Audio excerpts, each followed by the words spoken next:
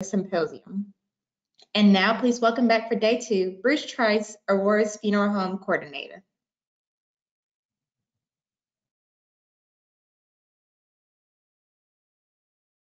Well, good morning, everybody. I had to unmute myself, and hopefully you can, you and everyone here at ARORA who's listening along can hear me now.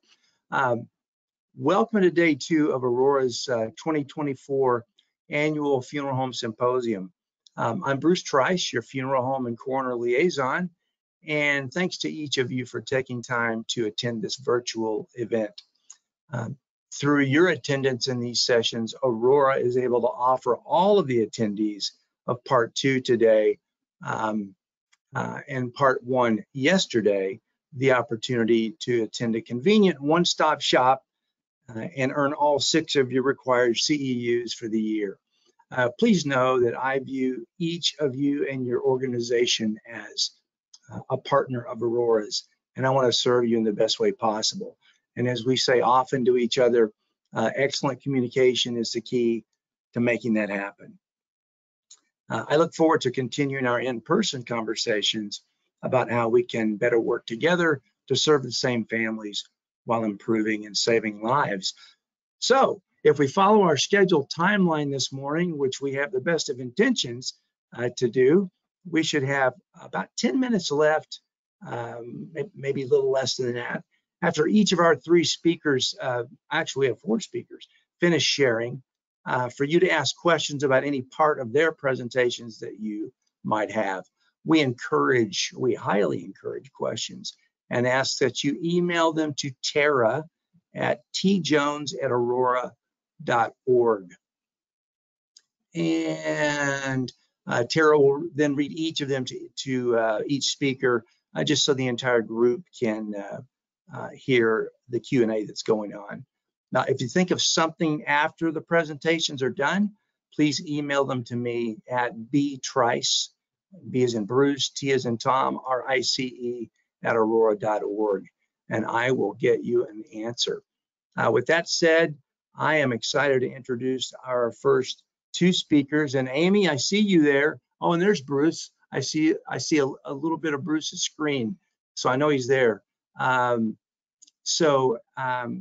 Amy, I have your last name wrong. Is it Schopel? It's actually 2 last names, so it's Sheppel Wilcox. Oh, then I got it right. So I went with Amy Wilcox. Well, Amy's a healthcare or a health law attorney at Friday, Eldridge and Clark. Amy's law practice includes healthcare regulatory and compliance matters like HIPAA, which I think we're all familiar with, anti-kickback, Medicare, Medicaid reimbursement, along with physician and hospital organization issues. Amy's clients include hospitals, physician groups, and other medical service providers. Amy was named one to watch by Best Lawyers in America for her work in healthcare in 2022. Now, welcome, Amy. Co-presenting with Amy this morning is Bruce Tidwell, attorney and partner also from Friday, Eldridge and Clark. Bruce, and it's so odd to say my own name when I'm talking about somebody else. I'm not used to that. And Bruce is not a real popular name in 2024. I think it peaked in 1962. Bruce works with healthcare providers on a variety of regulatory and contracting issues. And Bruce has been recognized by Best Lawyers in Health Law every year since 2010. And in 2013, Bruce was recognized by Best Lawyers as Lawyer of the Year in Healthcare Law. So welcome, Amy, and welcome, Bruce. And I'm going to flip my little page. So Bruce and Amy will be speaking on legal issues, donation, transplantation in the funeral home. And I hope I got that right. Amy and Bruce, thank you very much for making time to spend with us and share this morning. And so I've rambled on now for too long, and I don't want to cut into your time. So I'm going to turn it over to you all at this point. So again, welcome and thank you.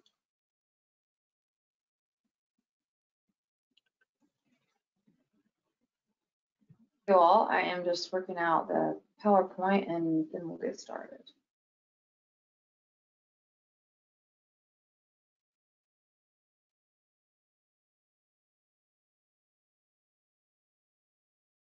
Well, thank you all for joining us. Thank you for the introduction, Bruce. So Bruce Tidwell and I are lawyers at Friday, Eldridge and Clark, and we work in health law and have some time to speak with you today about what the legal framework is for organ donation in Arkansas. So we've got this split up into two spaces, and I'll kind of touch on the beginning of what the basics are around organ donation and the law, and then Bruce will touch more on some ways that interacts with your scope of work and what you all see every day, and kind of what happens in some cases where everyone might not agree with the donor's decision. So in general, kind of an overview. I know you all already know about ARORA and are familiar with ARORA, but the way that ARORA fits into organ donation in Arkansas. The Centers for Medicare and Medicaid Services is the government agency that regulates us here, and there are 56 total organ procurement organizations in the United States. ARORA is one of these. It was established in 1987, and it serves 64 counties in Arkansas, so almost the whole state. Here is kind of a picture of where ARORA services. Just a few counties over in East Arkansas that are not covered.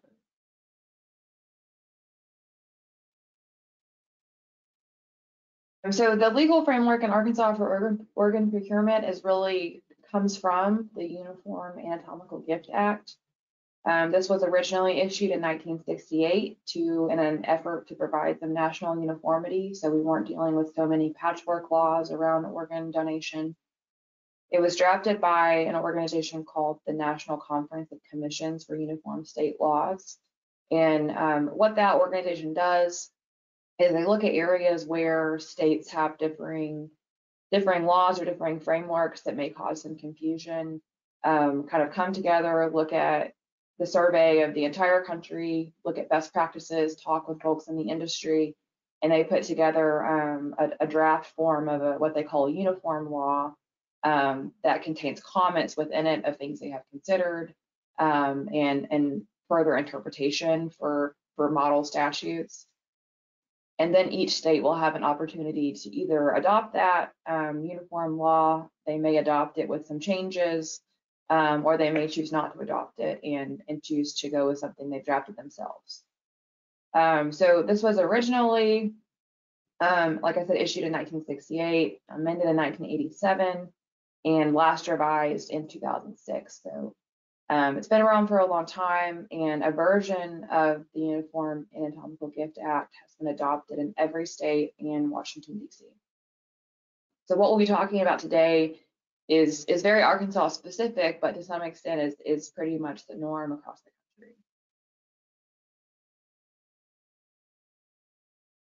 country. So Arkansas's revised Arkansas Anatomical Gift Act. This is the area in our statutes where it's found, and we'll talk through the big highlights of this, but here's kind of the citation to where we find that in Arkansas law.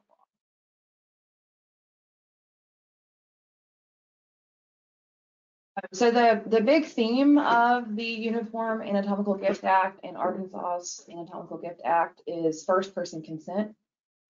We sort of use that as an overarching way to talk through the focus on honoring the donor's wishes. Arkansas law has this to say about first person consent. In the absence of express contrary indication by the donor, a person other than the donor is barred from making, amending, or revoking an anatomical gift of the donor's body or the donor's body part if the donor has already made an anatomical gift in accordance with the act. So we'll kind of break that down with each element there. But in general, the purpose behind first person consent is if a donor has already made a decision, then we're supposed to honor that decision no matter what may be. You know, if it was a decision to donate, if it was a decision to not donate, and we'll talk through kind of those individual pieces.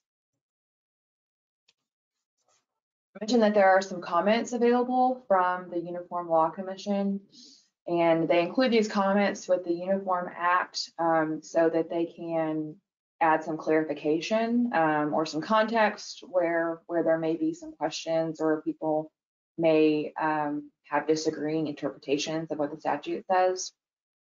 And this is an important one that we use. The intent of that section, which is the first person consent statute that I just mentioned. So the Uniform Law Commission says the intent of this section is to assure the donation finality for anatomical gifts made by donors prior to death. For many years, it was the practice, albeit now changing, for procurement organizations to seek permission from donor families before parts could be recovered from deceased donors. This practice, however, is inconsistent with the 1987 Act, and more importantly, inconsistent with the respect due to donors who have made anatomical gifts during their lives. So again, this is a comment that the Uniform Law Commission included in the Uniform Act, and so it's something that we use to interpret what the purpose and what the language is supposed to be interpreted as. That they provided is that a donor's autonomous decision regarding the making of an anatomical gift is to be honored and implemented and is not subject to change by others. So a few pieces that are important to talk through before we get into what the law says is what these words mean, right? So anatomical gift might mean something different to me and Bruce than it does to you, than it does to my aunt, or than it does to someone that works in a hospital. So this is the purpose, or this is the definition of an anatomical gift for our purposes here and for our purposes of the Arkansas law. An anatomical gift is a donation of all or part of a human body to take effect after the donor's death for the purpose of transplantation, therapy, research, or education. And a donor can decide whether they want the purpose of their gift to be for those four things or for only one of them. That's something that can be specifically delegated. We'll also talk about a document of a gift, so how a gift is made, what that looks like. That document of gift can be a donor card or other record used to make an anatomical gift. This term includes a statement or symbol on a driver's license, identification card, or a donor registry. And then I'm going to kind of divide my portion into four parts. The first is who can make an anatomical gift, how can they make that anatomical gift, what kind of changes can be made to that during the donor's life, so whether they are revoking that gift or amending the gift, making changes, and then we'll cover refusal to make an anatomical gift by a donor as well. So first, who can make an anatomical gift? Anytime before death, and Bruce will get into kind of what happens after death, but before death, a donor can make a gift if the donor is an adult. If the donor is not an adult and is a minor, if they are legally emancipated, they can make a gift. Or if they are authorized under state law to apply for a driver's license, they can make a gift. So in Arkansas, that's a 16-year-old and up. There are some implications if the minor is between 16 and 18. There are some extra steps that their parents or their guardians can go through to make any changes. But in general, a 16-year-old can make an anatomical gift. The donor's agent can also make a gift. So this would be a legal agent that is appointed, for example, by power of attorney. And that is unless there is some specific language in that letter of appointment that prevents them from doing that. So, for example, if I have a power of attorney over Bruce, and Bruce has decided in his power of attorney that I do not have the authority to make an anatomical gift, then that would be applicable here, but otherwise it is. And the last is a donor's legal guardian.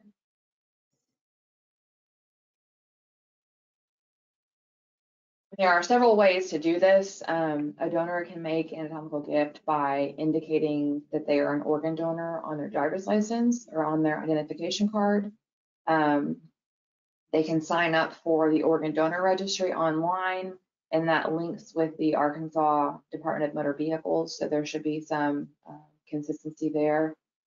They can make an anatomical gift in a will, or if if this is a situation where someone is in the hospital or has a terminal illness or injury, a donor can make any gift by any form of communication that clearly expresses the donor's wishes and is addressed to at least 2 adults. Now, one of those adults does have to be disinterested, but otherwise you can accept a communication from a donor in that stage.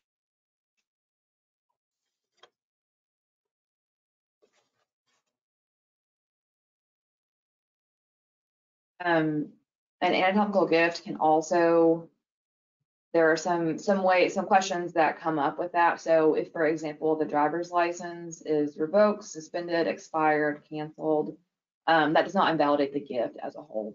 The gift itself has to be invalidated.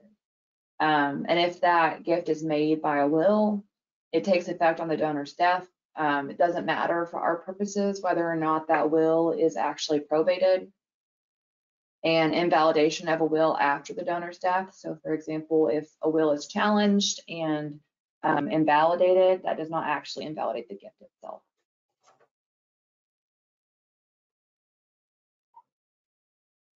So let's talk through a couple ways that gifts can be changed. So that can happen through revocation or amendment.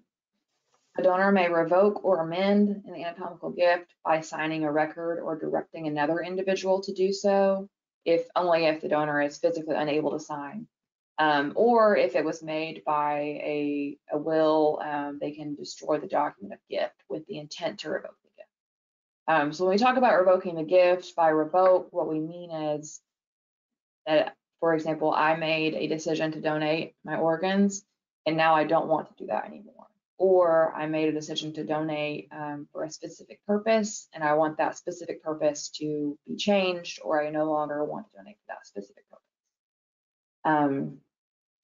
If I revoke that anatomical gift, it doesn't bar another person that is authorized from making an anatomical gift. That's where revocation comes in. So a donor who wishes to bind someone else in the future from making an anatomical gift must sign a revocation or must sign a refusal. So a revocation does not accomplish that. And a refusal is a record that expressly states the intent to bar other persons from making an anatomical gift of the individual's body or part. So just to kind of recap, a donor can make an anatomical gift and later on can choose to revoke that gift or amend that gift, or instead can choose to refuse to make a gift in the future. If the gift is not made by a will, it can be amended or revoked by any form of communication during a terminal illness or injury addressed to at least 2 witnesses, one who is disinterested, just like before we discussed that. If it is made by a will, it can be amended or revoked in the manner provided for in that will, or by a later executed document that specifically addresses the revocation or is inconsistent with that wish. So if there's a subsequent legal document that either revokes the earlier gift or is inconsistent with that, then that's what will govern. And if the revocation or amendment is signed by someone else, so for example, if the donor is not physically able to sign and they instruct someone else to sign, that must also be witnessed by 2 adults, one of whom is disinterested. And kind of the last thing I mentioned is refusal. An individual may refuse to make an anatomical gift by signed record. If it's signed by another party they've instructed to, if they're physically unable, we have the same requirements of the 2 witnesses. You can make a refusal by your will or by any form of communication that's made by the individual during a terminal illness or injury addressed to 2 adults, one of whom is disinterested. And the follow-up to the refusal is that a donor can also revoke their refusal. So I can later decide that I no longer want to refuse to be a donor, and that refusal can be revoked by going through the same process for a signed record, or by subsequently making a gift that is inconsistent with the refusal. So for example, if I have refused to make a gift or have a signed document refusing to make a gift, and then later on I decide to register on the organ donor registry, that would revoke my refusal. You can destroy or cancel the record evidencing the refusal with the intent to revoke, just like with the decision to, just like the decision for the revocation. And then absent of an express contrary indication by the decedent, who would be the donor, an unrevoked refusal bars any individual from making a medical gift later on. So again, unless there has been some express contrary indication, then we honor that revocation just like we would honor their decision to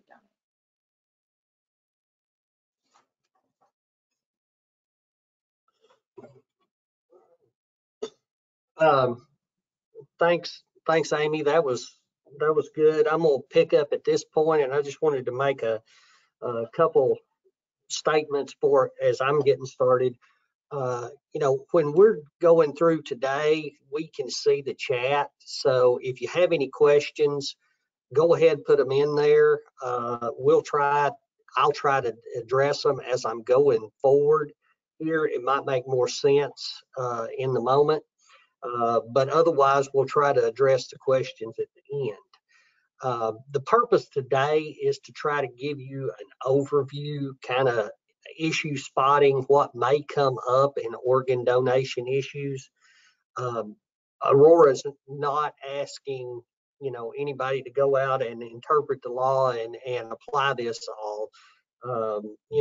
In fact, probably easier, get your representatives from ARORA involved as early as possible.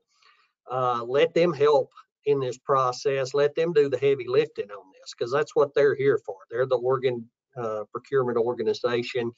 Let them help you out going through this. So jumping back into the slideshow here, Amy mentioned about others cannot revoke, and in large part, an anatomical gift once it was made. I want to address one just real big exception to that, and Amy touched on it earlier, and that is for an unemancipated minor. Arkansas law uses the term emancipated, unemancipated, and it's not clearly defined anywhere. So it's kind of a broad area, but generally, and it depends on the facts of each situation, whether a minor, someone under 18, is emancipated or not. So generally think about it like this, though. If a minor is still living with their folks, if they're still getting support from their folks, they're not emancipated. Generally, an emancipated minor is going to be someone who's no longer living with their parents, who isn't getting any support, out working, supporting themselves. But again, factual situation, there's no hard line defining that. But if you're in that area, 16 to 18, where the minor might have already put on their license, yeah, I want to be an organ donor, until they're 18, the parents can always come back and rescind that. And that's the one big exception to the first person consent that we have been talking about.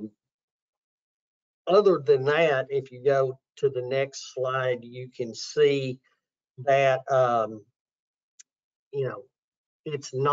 there's not going to be an opportunity once you have somebody over 18 for the family to come in and say, yeah, they may have given that, but we don't want that to happen. And that goes to the overarching theme of the uniform law that was adopted in all the states, saying we want to encourage organ donation.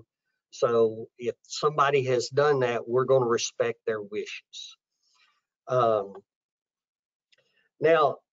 the next slide and the next thing I want to talk about is let's assume, and up to this point, we have been talking about, okay, we've got a situation where the decedent has made that decision, has went in and has determined either, yes, I do want to, or no, I don't want to donate. What if they haven't made that decision? That doesn't necessarily end the analysis. Even if under the Uniform Anatomical Gift Act, even if the person has been silent or has not said they want to donate, there is a list that's set forth in the statute of persons who then can authorize the donation on their behalf if they can't. And it is in order of priority who you're going to look to make that decision. And the first one is the authorized agent of the decedent. In other words, look at the healthcare power of attorney. If they have a healthcare power of attorney that specifically designates somebody and says they have the right to make that decision. Now, as Amy alluded to earlier, you can have a healthcare power of attorney that is very narrow, doesn't gives them a person the power to make medical decisions during life, but may specifically say they're not making organ donation decisions. So in each case, you have to look at the healthcare power of attorney, the specific language in there to determine if you have an authorized agent. Again, that's a situation where we would encourage you, get ARORA involved, let them do the heavy lifting on making that determination, and they may involve us, they may can do it themselves, but at least you've spotted the issue. Do we have a authorized agent here?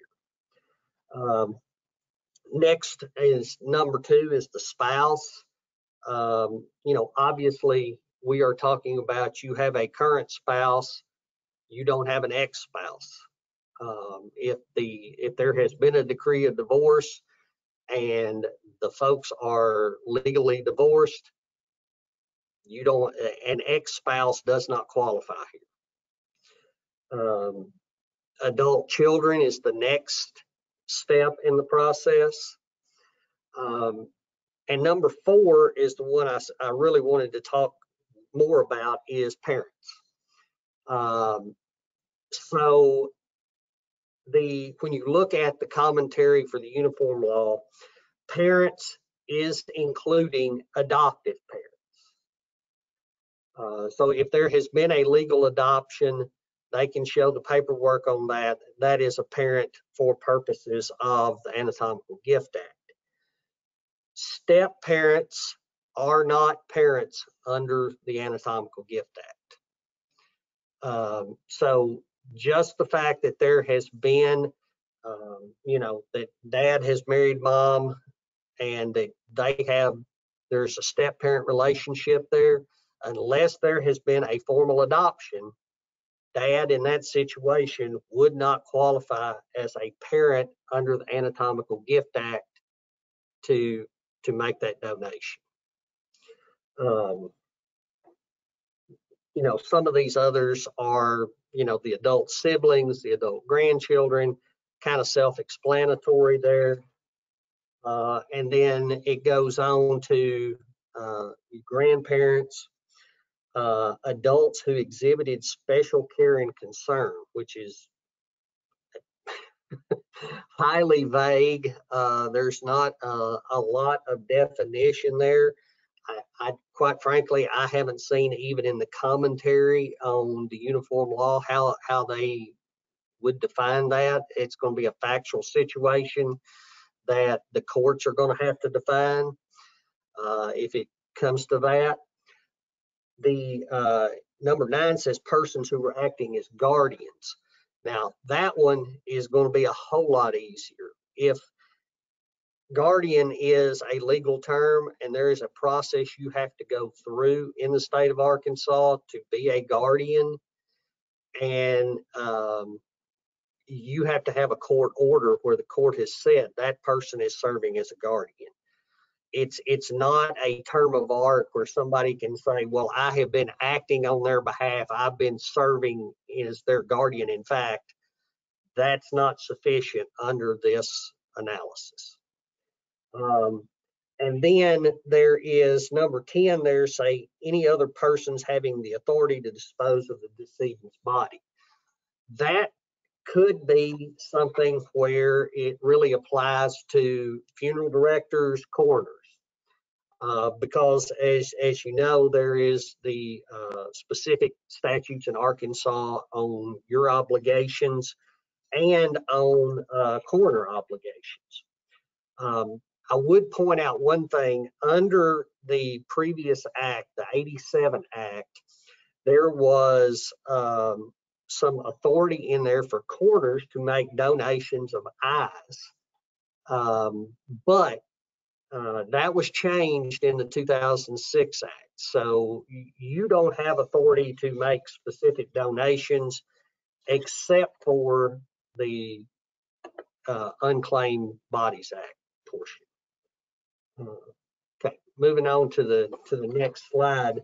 Some of those that we talked about, like adult children, adult siblings, adult grandchildren, you know, you can have multiple people in that same class of persons. And so the example is the law, which is stated up there above. And I'll point out what we have tried to, when we go through these slides, note the specific statutory section on there. For if you have this presentation, you have questions, you start looking at it, you can look up the specific statutory language if you want. But if you have a class of people, then you are looking at having to have a majority to make the gift. And like it notes there, the example is if you have 4 children of a decedent and they are going to make the decision, 3 of the 4 would have to agree. It doesn't have to be unanimous. Now, this does not apply when you look at the uniform law to, say, a spouse. You shouldn't have more than one anyway, but a spouse or the parents is a different situation. And also, if you have that situation, you're looking at and trying to determine who is reasonably available to make the determination. If you have people that are not reasonably available, that you can't find due to the time-sensitive nature of the anatomical gift, you can move forward. So back to our analysis there, you have 3 of 4 kids, and you have 3 of them that are there that are available, and you have the 4th that, let's say, is deployed and is unavailable, is on a submarine, you know, is not coming up for months. At that point, you have 3 people to make that decision, and 2 of the 3 could make the decision on behalf of the decedent.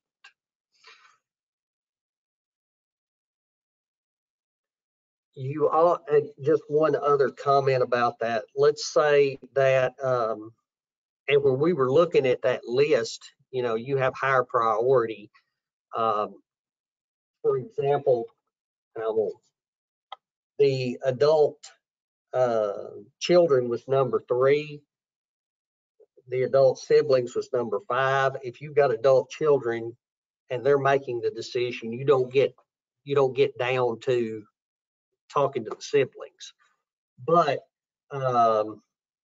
you could have some where a higher priority are unavailable by their passing on the decision. And the example I would give you, like number 2 in the order of priority was the spouse. And if the spouse says, I'm not making the decision, I'm leaving it to the kids to make the decision of whether this is going to happen or not, the spouse then has basically made himself or herself unavailable at that point. And then you get to the next level, which is order of priority number 3, which is the kids. Again, get ARORA involved as soon as possible. They can help work through that, help you figure out where the order of priority is, who has the authority to make that decision.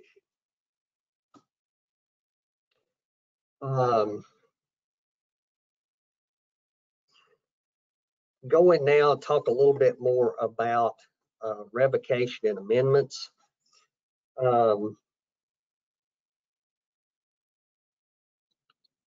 And I think I addressed that a little bit. If a member of a lower class makes a gift, a member or majority of members of a prior class can revoke it. So it's kind of the reverse of what I was talking about. If you have the higher class that has the kids that have made the decision, the siblings can't revoke it.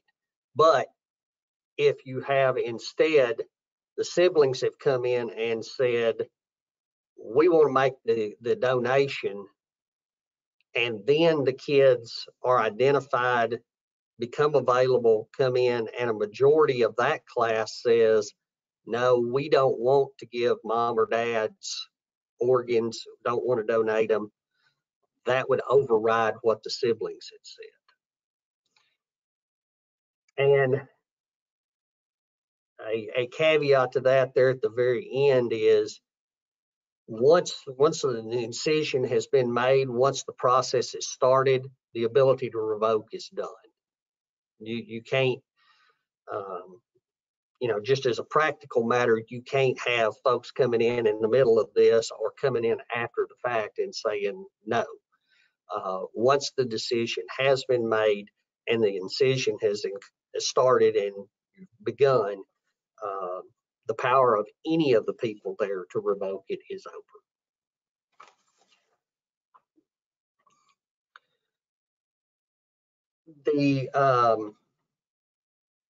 So we've talked about the first person consent and talked about that the law provides you're not going to let other people come in and revoke a previous decision, but the law does allow for situations where persons may expand on a gift.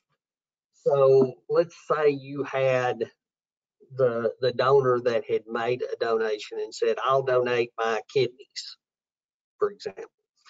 Well, the other people can't come in and second guess or make a change on that decision.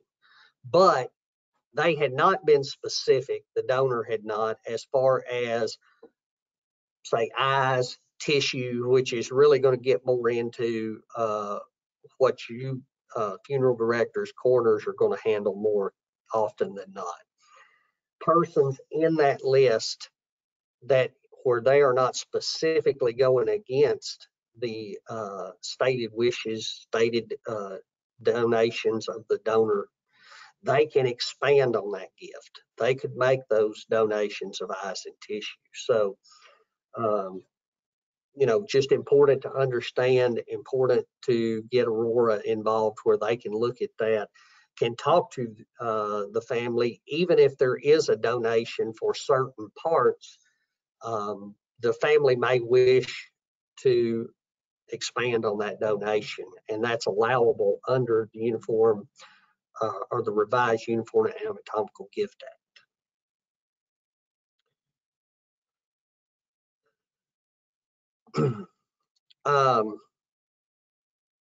There is requirements under the statute if an individual is dead or near dead, that a reasonable search has to be conducted to identify whether there has been a donation or a refusal.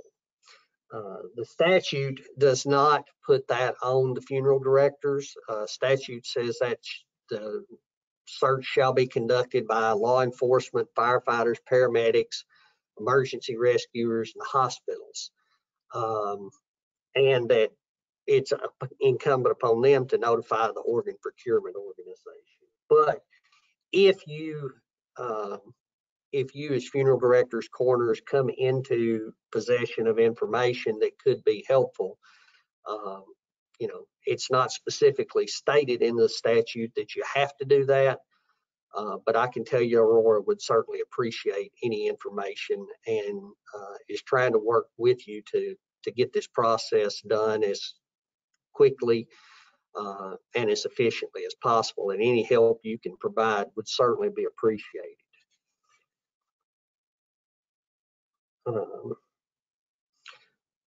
And again, this goes to what I was saying. The OPOs are required to make that search and to try to make those determinations. We would certainly appreciate any help. Aurora would certainly appreciate any help you can provide to make that happen. Now, the last few slides that I have here kind of go more to what may be issues that you are confronting moving forward, more practical issues that you have to deal with, and what the Anatomical Gift Act has to say. Where you are you have a body and there may be donations that are going forward. Embalming, cremation, you know, that can be put on hold in order to make the organ donation happen. And the key in this case is you have a family and they may say, well, we want to get this done. We want to have the service this point, or we want to have the cremation or whatever. If there has been a donation, particularly by the donor, that says, I want this to happen, the control over the body, the timing is really going to be in the hands of the organ procurement organization rather than the family. And again, that may not be a popular thing with the family, depending on their view of the donation or the donation process. Get Aurora involved, let them help with that. Let them take you out of the middle of it and explain that to the family and work with them to make that happen. Obviously, Aurora's not trying to drag out the process, not trying to make this last extraordinarily long, but just needs to have sufficient time to where the donation process can be finalized.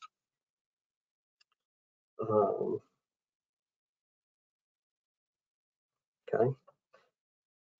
The next slide, and I am assuming, and I know that's a dangerous thing to do, but I'm assuming that a number of you that are on this today not only are funeral directors, but probably also serve as coroners in the counties where you are at. So this next slide talks about kind of specifics for coroners, medical examiners, in the process.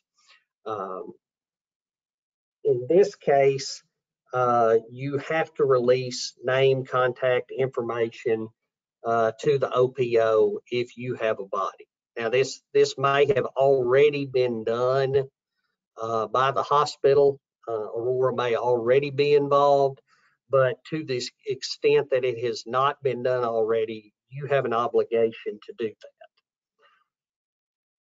And likewise, if it's determined that there's parts that are suitable for transplantation, therapy, research, or education, any post-mortem results that you may have in your capacity as coroner or a medical examiner, you have an obligation to release those to Aurora, to organ procurement organizations, if it's determined those are necessary.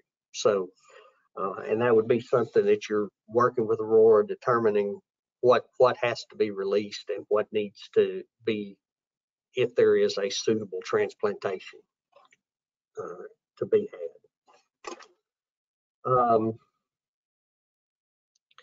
Again,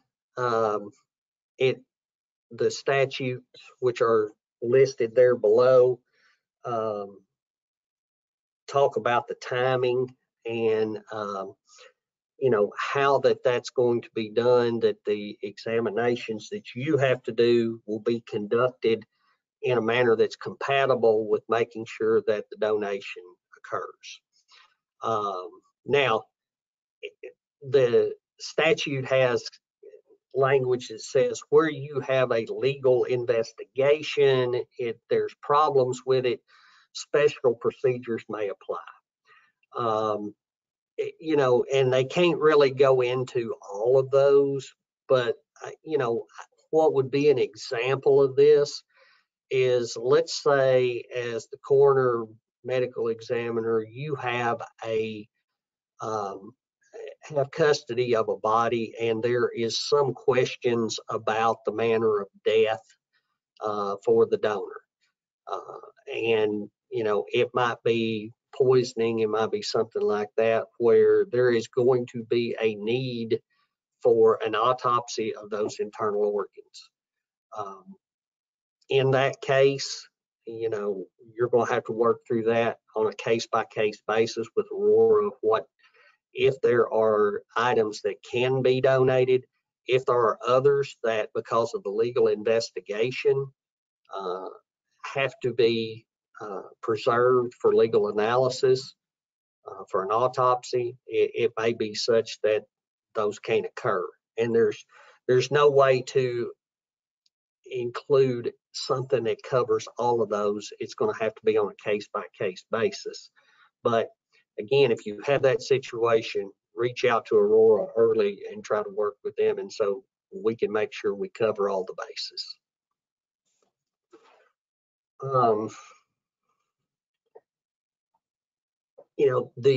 The good news, I know y'all are always looking for some good news in one of these presentations. I guess the good news is there's not a lot in the Uniform Anatomical Gift Act that is a forbidden activity, or that's something that would come back and say, you violated the act for this reason. It's pretty black and white. I mean, if you sell body parts or purchase body parts, that's a problem, and that is a felony that could result in a fine of $50,000, imprisonment of up to 5 years, or both. And that would be for each case of a body part being sold or purchased. The only other one is that really is spelled out there is you could likewise be guilty of a felony if you falsify, forge, conceal, deface, or obliterate any document that is gifting or refusing to gift an organ or tissues or eyes. So, but falsifying, forging, concealing is pretty high level of something that you've got to do to make that happen. One thing I'll point out in the next slide, there's protection for you is, one, if you are presented with a document and you pass that along, what if that document is later determined to be invalid, that does not come back to you. Documents that are presented to you that show are presumed to be valid, and that's even if they were executed in another state, showing the documentation is presumed valid, and you can presume that to be valid unless you have specific information otherwise. I mean, if one of the family members says, that's not his signature, I know his signature, that's not it, that's a forgery, it gives you cause to look further into it. But otherwise, if it appears valid on its face, you can trust that and move forward. If you do, the other good news here is the Anatomical Gift Act has a specific statute that provides for legal immunity for professionals who act in good faith in accordance with the act. It states you may rely on the representations of the individuals made to you, and it has a very broad provision that says you are not liable in civil actions, criminal prosecutions, or administrative proceedings for relying on and moving forward with donation in accordance with the Anatomical Gift Act. So civil action, you know, if a family member tries to sue you, obviously criminal is the prosecutors, and then administrative proceedings is even broad enough to include if there was a complaint by the family to the funeral board. So all of that is intended to provide you some protection for complying with the act. You know, we have also talked a lot about there is situations where the family wants to go against that act, and you might have actually had where a family comes in and says, we don't want the donation to occur. We don't care what the decedent said in their documentation, and we're going to sue anybody and everybody if that happens. There is no reported cases that we could find nationwide where a family has sued folks for proceeding in accordance with the Uniform Anatomical Gift Act and been successful. You know, the immunity provision has been broadly construed by the courts to provide you with some support and some protection against abusive litigation like that.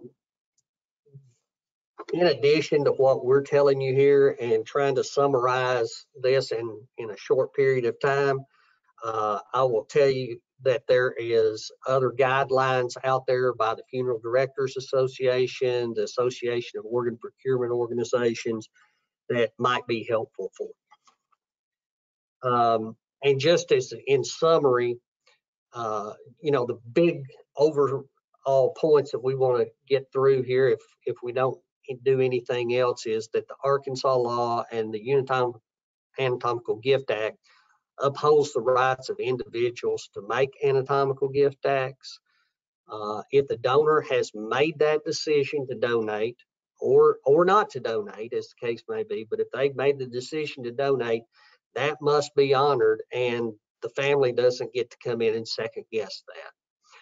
And you know, to the extent that y'all can, funeral homes, directors, coroners, can collaborate with ARORA as early as possible in the process, that's going to help ARORA, and hopefully ARORA can help y'all in this process with the family, and we can get this accomplished as quickly and as efficiently as possible.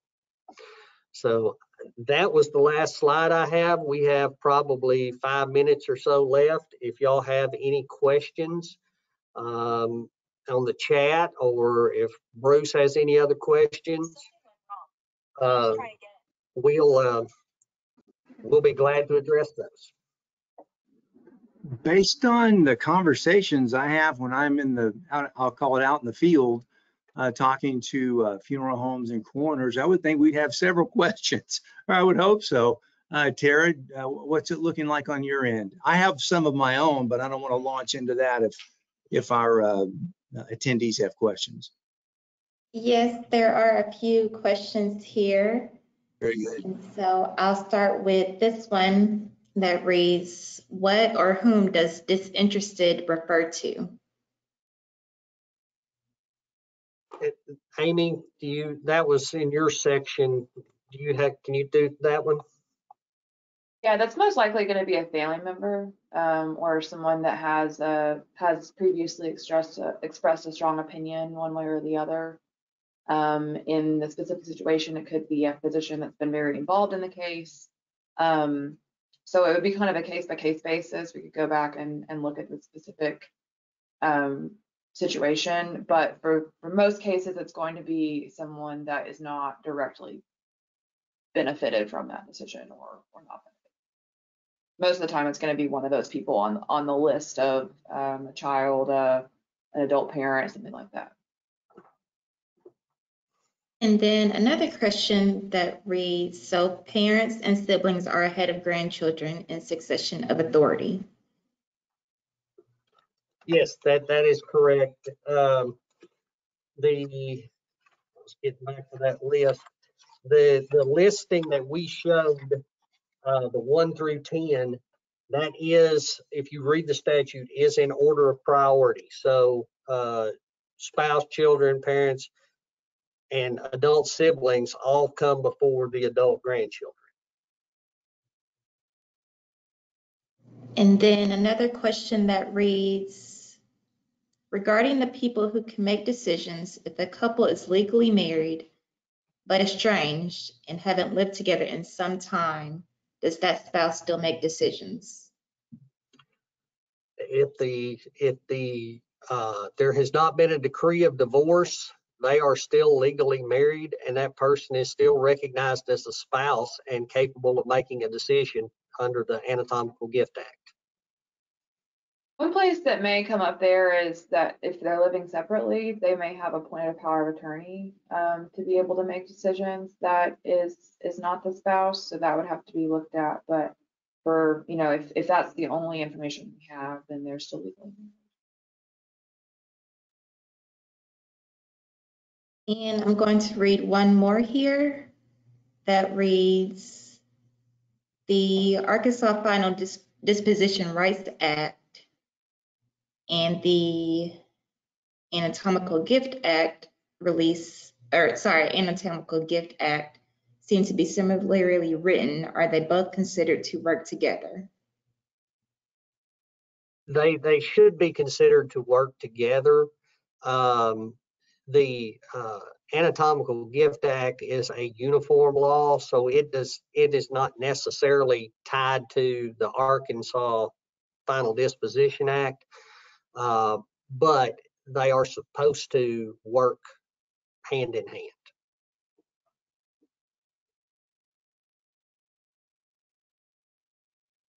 And that is all that I see for questions. One comment does read great information. So that's it? Yes, that is it.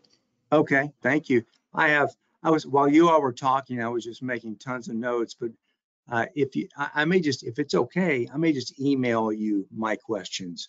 Because I'm looking at the clock now and it's 9:59. Listen, we haven't had a speaker or speakers in several years on legal issues, which are so just very bottom line important, and you all shed some bright light on those things, and they come up when I'm out working. They come up often, weekly, if not more.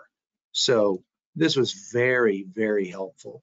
So thank you both for sharing your functional expertise with us and giving us a fine education this morning.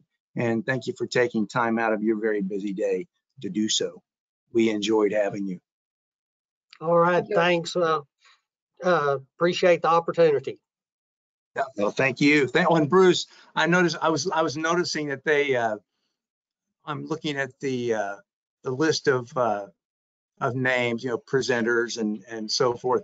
They have me listed as Bryce Trice, which is, I got to have a talk with my parents. I don't know if you've run into that with Bruce, but Bruce Trice, it's just Bryce all the time. So. Oh, yeah, I've been called a lot of different things. Some of I won't repeat here today, but I was telling Amy just yesterday, I said I had somebody refer to me as Ted Bidwell. So, you know, I'll answer anything.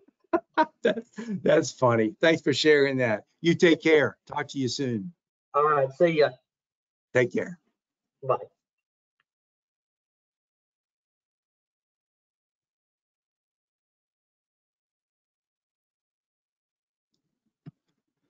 Well, there you are, Brent. Folks, our next presenter for session 2 this morning is Reverend Brent Fairchild, and I'm going to be saying Reverend Brent Fairchild quite a bit in your introduction. Brent is chaplain and manager of pastoral care at Arkansas Children's Hospital, where he has served for the past 11 years. Reverend Fairchild served in pastoral and chaplaincy roles in the healthcare industry for the past 17 years. And this morning, Reverend Fairchild will be speaking on working with families who are grieving the loss of a child.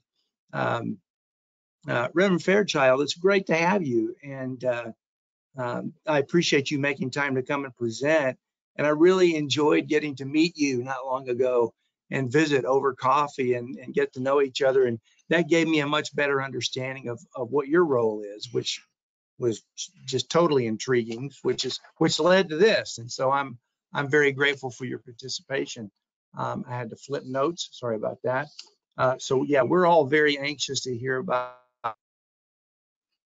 your experience and your wisdom in this area.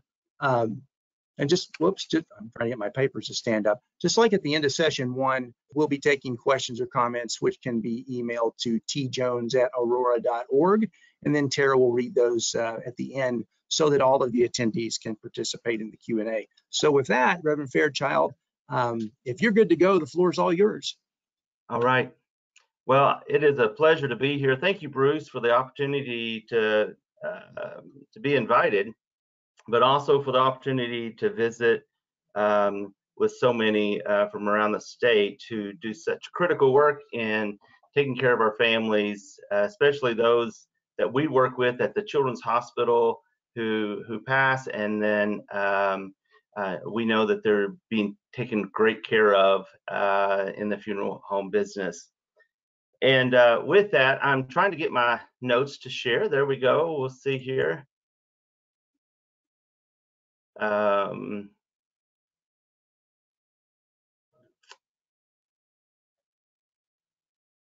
It looks like we're getting there for just a second.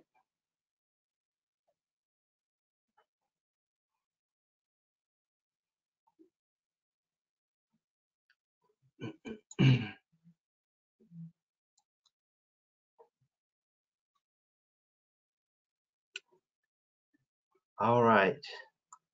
Let me see if, can you see my screen? Making sure that. It's on the opposite screen. It's showing you. Pardon there me? You go. There you go. Now we can see Okay. it. You can see it. All right. Fantastic.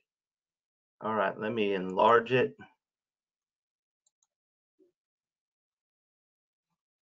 And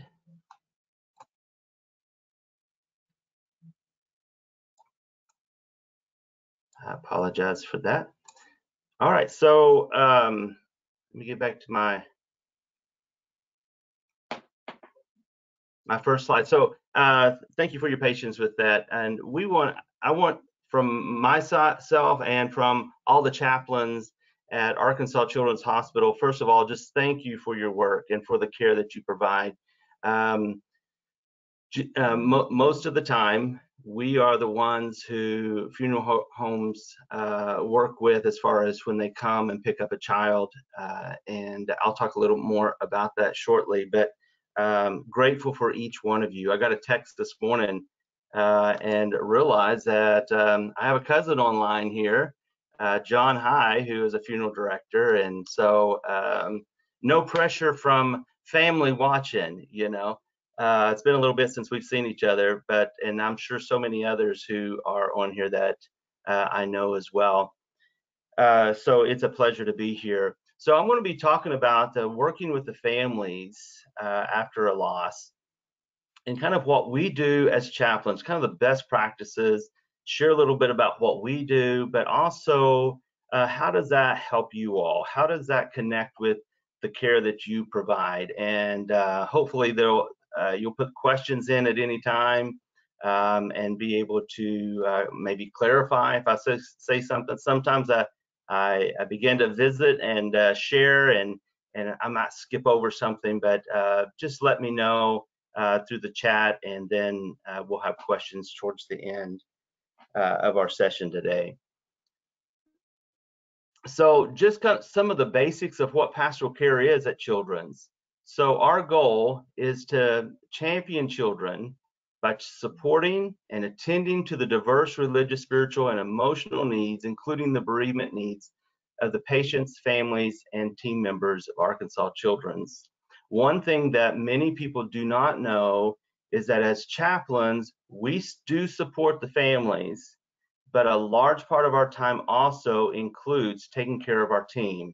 And that could be after the after the death of a child. It could be even a death of a loved one that they themselves are grieving, or it could be as it happens from time to time, is that one of our employees may pass, whether it's at home, it's happened on campus before, but we work with those team members and those who are grieving the loss of their own work partners.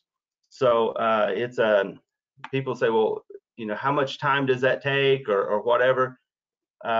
We just do it. And so if there's a priority, if there's a death of a patient and a death of a team member, we will go to the patient and family first, and then take care of our team members. But it goes hand in glove at Children's. So the chaplains at Children's are available. So at Children's Hospital, we cover 24/7. So we have a chaplain in-house from 7 a.m. to 11 a.m., which is soon going to expand to midnight.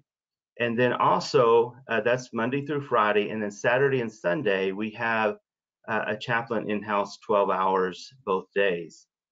At Children's in Northwest, our chaplain there, Becca, she is there about 5 hours each day during work day. And that's what's available to them.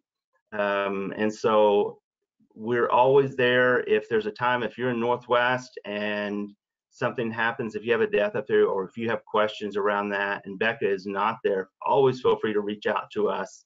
We work together closely.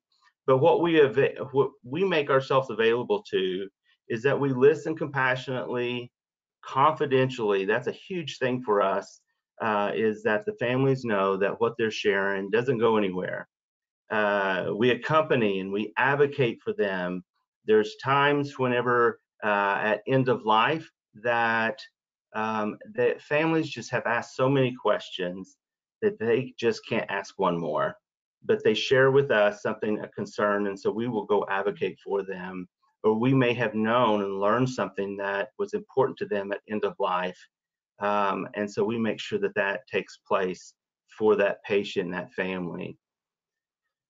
We partner with the caregivers and collaborate with the multidisciplinary team. And when I say disciplinary team, that includes the physicians, the nurses, the respiratory care folks, our social workers, child life specialists, anyone who is coming around that bedside to care for that child. We partner with them to provide excellent care.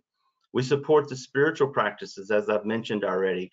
We contact or set up visits for the patient. It could be the pastor, it could be a grandmother, it could be anyone that we may need to reach out to that will provide support for them. And then we also provide worship services through the week and sacraments. And you can read through there the ritual and spiritual support groups and so on and so forth. But the last one there is what I want to always want to end on when I read through these, is that we pray, bless, and share hope. Regardless of the situation, is that we come in to help folks see the hope in the situation, whether it's their child taking their last breath, or it's their child who's coming in for surgery with ear tubes to be implanted, is that we help folks walk this journey with them so that they can receive the care, the parents as well as the child. Sometimes prayer is not the best thing for them, and it's what they don't want to do, and they don't need that at the time for maybe their faith reasons, or it's just not a good timing for them. And so we don't walk away and leave them. We continue to accompany and walk the journey with them, blessing and sharing hope with them through that time. So our responsibilities during a crisis of end of life. This is just just what we do during these times.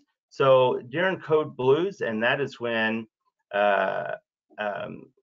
either a patient's heart stops, their respirations go down to a certain number, or if someone falls that are going down the hallway, and say it could be an adult that falls and can't get up or something like that, is that they call a code blue at that time. And so we show up and we provide support during that time. Trauma 1, Trauma 2s, we're a Trauma 1 center, and so we get all of the children that throughout Arkansas if there is a Trauma 1. The rapid response calls, the death, so chaplains respond to any of those, as well as other requests at times. When death does appear imminent, or we get a call saying, hey, it's getting close, or hey, we think that they're going to be withdrawing the ventilator at this time, they ask us to come and be a part of supporting that family and the team.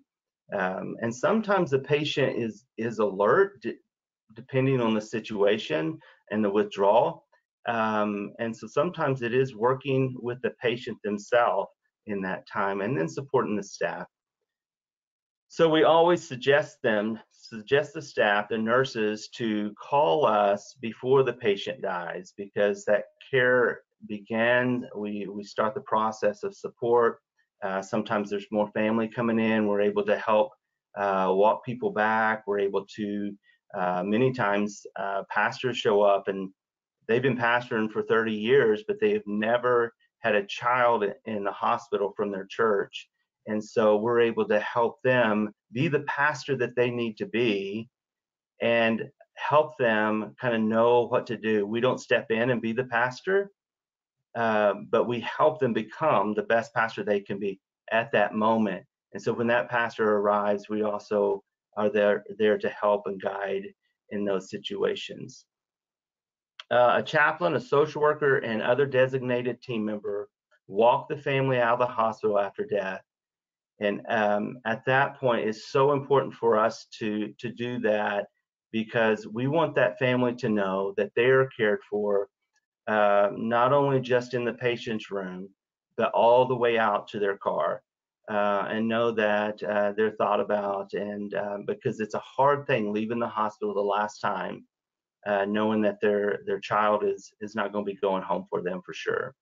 And so we support that family. We support the team. We come back into the hospital. We round on the team and talk to the team to be able to just to check in with them, because it impacts all of us, because we're people. And as chaplains, we're in the people business, and we care for people regardless of where they're at. One of the things the words I use is that we trudge with people in the midst of the crisis. We trudge with them in those hard times, is that we don't look down into that pit and say, hey, you can do it, and just encourage, but we get down and we walk the journey with them. And it's such an honor to be able to do that. So the best practices that chaplains do at Children's when working with families is the pastoral presence, the moment of just listening, and being able just to sit with them, to hear their story. You all do this a lot when you're working with families, is that you sit and you just listen to their families, to hear their stories of their family member. And then we observe. This is listen, observe, is that we're listening, but we're also observing to see how family is interacting, how the nurses are interacting with the family. And then also observing what are some of the things in that room that they've hung up, if it's a long-term patient, that is meaningful to them. It could be a picture of the patient when they were healthy. It could be a rosary. It could be something that the child made or a sibling made, and they hung it up because they're not able to come into the room. Other things is every family is different. Knowing that when we walk into the room, regardless if they are, they could be from the same area of Arkansas, go to the same church, and from the same culture of everything, but their family is different, and understanding that and treating them just as they need to be treated and the support that's needed for them. And then also around faith. Faith is different with each family. I remember the first time whenever I walked into the room of a family, and their child was in NICU. I was out over in Fort Smith, Arkansas at the time, and they're Assembly of God, just like I am. And when I walked into the room, I just knew she wanted prayer, because she's Assembly of God too. You know, why would she not want prayer during this time? And she said, "Chaplain, thank you for being here, but prayer is just not helpful at this time." And even though it at that moment it kind of threw me a little bit, but I kept that face of, you know what, that's okay, because if I can say no and they can say no to something, if they can say no to something that's being asked of them, sometimes that's the best gift that they can receive. Because when their child is in the hospital, many times they don't get to say no to very many things. They don't get to say no to any of the medical care. They don't get to say no to a nurse just walking in their room to take care of their child. They don't get to say no for maybe an assessment of some sort. But as a chaplain, we get to walk in, we get to walk with them, we get to hear their story, but also we are the ones, if they don't want prayer, that's okay. And to be able to hear that at that moment. And then also know that it doesn't mean that that's forever, because that mama later she wanted me to pray with her, but I let her make the request and not me ask, because it was her moment that she needed. And then walking in as a chaplain, we have to know it's not about me. It's not about the great skills that I come in with. It's not about my great personality. It's not about anything that I bring to that situation. It's about that patient and the family. Because if I can provide care to them at that moment, whether it's at a loss or at any other moment in the hospital, then I have given them that gift of being who they are and being real, and being able to just love them and care for them as we walk the journey. And then the other thing I mentioned earlier was about advocating, is that whether we advocate because they felt uncomfortable sharing something with the medical team. A lot of times I'll have families say something else, but I'll ask back to them, would you like me to share that with the nurses? If they say no, everything's good, we just want to make sure, I reiterate that I can do that, and I'll do it in a way that it's just coming from me of what I observe. And many times they'll say yes, and so I'll go out and share that with the nurse and advocate for them, because sometimes they just feel they're overwhelmed by especially come from an area of Arkansas where it's very rural anyway, and then coming into Little Rock and then coming into a crisis situation, it's just very overwhelming. And so we're able to provide that advocacy for them. We provide comfort food. Who doesn't need food at the moment of crisis? And so what we do is at those end of life situations is that we push a cart in. It has drinks on it. It has snacks for them. They don't have to run down to the cafeteria, but we are also making sure that they get the nutrients they need to be able to sit with their child, whether it's a long extended care, and we know the child is going to be dying in the next day or so, or if it's just a matter of just an hour, is that we come in and provide that comfort food. And then we also, as I mentioned before, we care for the staff, and we do that well, so that, because that's our family. That's kind of like what we would consider our church family, and the families and the patients that come in is our visitors. But we got to take care of our church family. We got to take care of them so that they can continue to do what they need to do, letting them debrief, letting them share the hard stuff that just happened, and maybe even hearing how this is impacting them, advocating for them. They may need to go home after that case ends and to relax. And some say, no, I just need to pull back. Let me go get a cup of coffee, and so on and so forth. And then we work closely with our social worker and our child life. So social workers, you guys probably know for sure what the social workers are. But child life in children's hospitals, they're the ones who come in and provide a lot of the necessities around memory making. They come in, and if the child is alert, provide age appropriate distractions.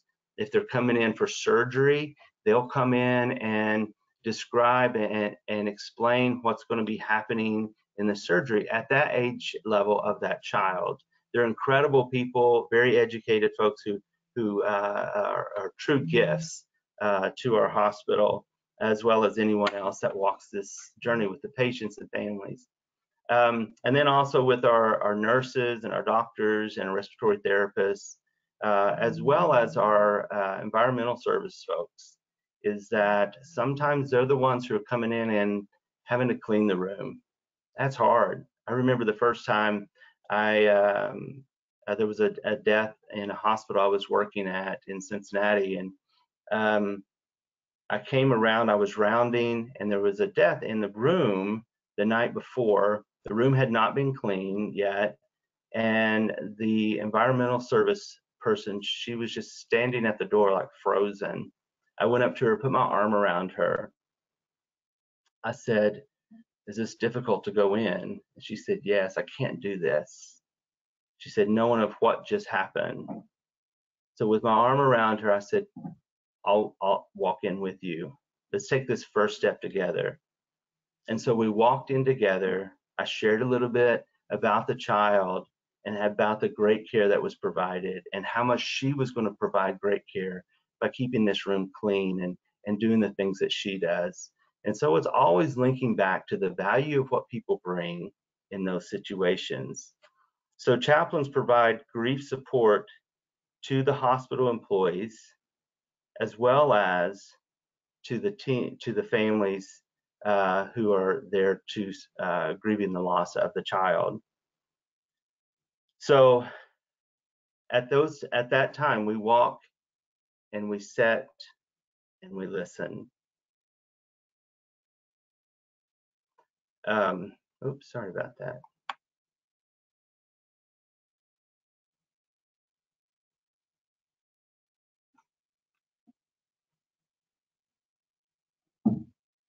My mouse is, let's see. There we go. So dealing with the loss of a child is particularly difficult. As you can imagine, I've heard from many of you and from others who say death of a child is one of the hardest things that they deal with. Recently, I visited with a guy who was going through training to become a funeral home director, and he said things happened and just wasn't able to finish it.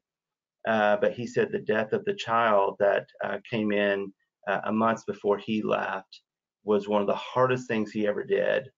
And so as a chaplain, we are here for you as well.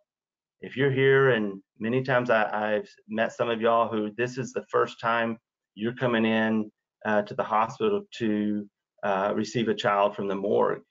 And that can be really difficult. We're people, and there's hard things in life. So if you want to stop and talk to the chaplain a second, that's perfectly fine. We're here for you all as well. And so, but when a child dies, is that we are there for each one. Sometimes, let me tell you a little bit of what happens. So we provided the support, what I've already talked about. The child dies, and so in most deaths, if it's not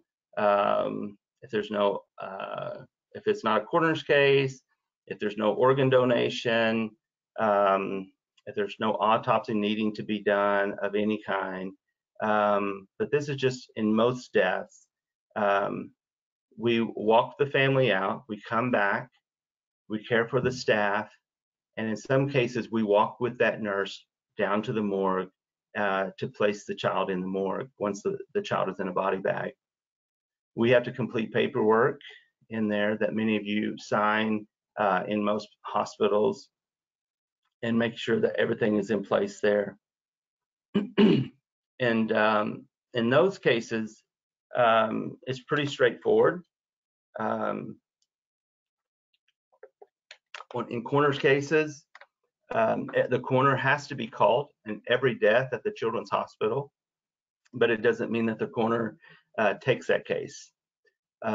If they are in the ER and the child dies, I believe that most of the time the coroner comes and assesses, unless it was a child that had a long-term illness and they knew the cause. But in those cases, the coroner comes and the body is released directly, most of the time right from the unit to the coroner. But there's times that they do go to the morgue, and there's certain paperwork. We have to have all the paperwork just like any other coroner's case to provide to the coroner's office. In the organ donation, most generally that is in our pediatric ICU.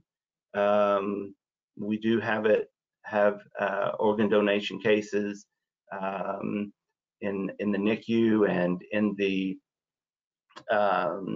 CVICU, is that we provide support for the whole team, of course.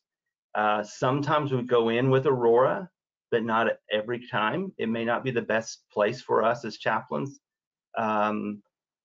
but we're there to support during that time. And then once ARORA has done everything they need to do, is that in the PICU, the PICU, we have an honor walk, and staff line the hallway to the surgery room, and with candles, and just have a time of silence as the child and the family walks to that area, and the family releases their child to the surgery team. It's a very meaningful time, very sacred time for this family, and we've heard from many staff that it's very encouraging. The ARORA team many times is a part of that. And so, during the brain death, it's an automatic, the organ donation, the organs are harvested, and the child is brought back to the room or taken to the morgue, depending on the situation. And then we do what we normally do, is walk the body down and then release to you all once the funeral home is called. And then a cardiac death, it can be a time of waiting. And so during that time, we will go into the surgery room and support that family there in the area that's designated for the family as they wait for the child's heart to stop. So it's a journey that we continue to walk on, and it's a continual journey even afterwards. We always, during the organ donations, go and raise a flag in honor of them, of that child, and fly that flag for 24 hours, and then send the flag to them, the Donate Life flag.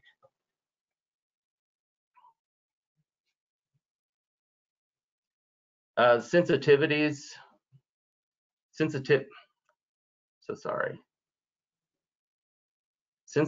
of each unique family is, how do we know? And you guys mostly know this because you have to learn this. but how do we know what is best for the family? And it's pretty basic. It just, we ask, what is important to you? What is something that you would like to be a part of during this time as your child is passing? Do you want to lay down by them? Is there songs that you're wanting sung? Is there, as a child life and others come in to make memories, are there certain things that you're wanting your kids to be a part of, the siblings to be a part of, like making the handprints, or cutting the hair as a memory, or different things of how can we make this as one of the hardest things we'll ever go through as easy and as sacred as we can. And so it's that ask, listen, and then clarifying, and then listening again, and then responding and making sure that everything is done. And so the sensitivities of each unique family is so important. We can assume, and that gets us in trouble. We have had family or staff members call us and say, hey, this is a Muslim family, and they're wanting these certain things done. And well, as chaplains, we don't say, okay, we'll jump right on that, make sure there's an imam here, and so forth. Is that we go and ask the family, we heard that this is something that you're wanting, is that true? And many times if the medical team did not ask them, they're just assuming because of their faith group they're wanting this, it can be different. And so we want to always clarify with the family what is important for them.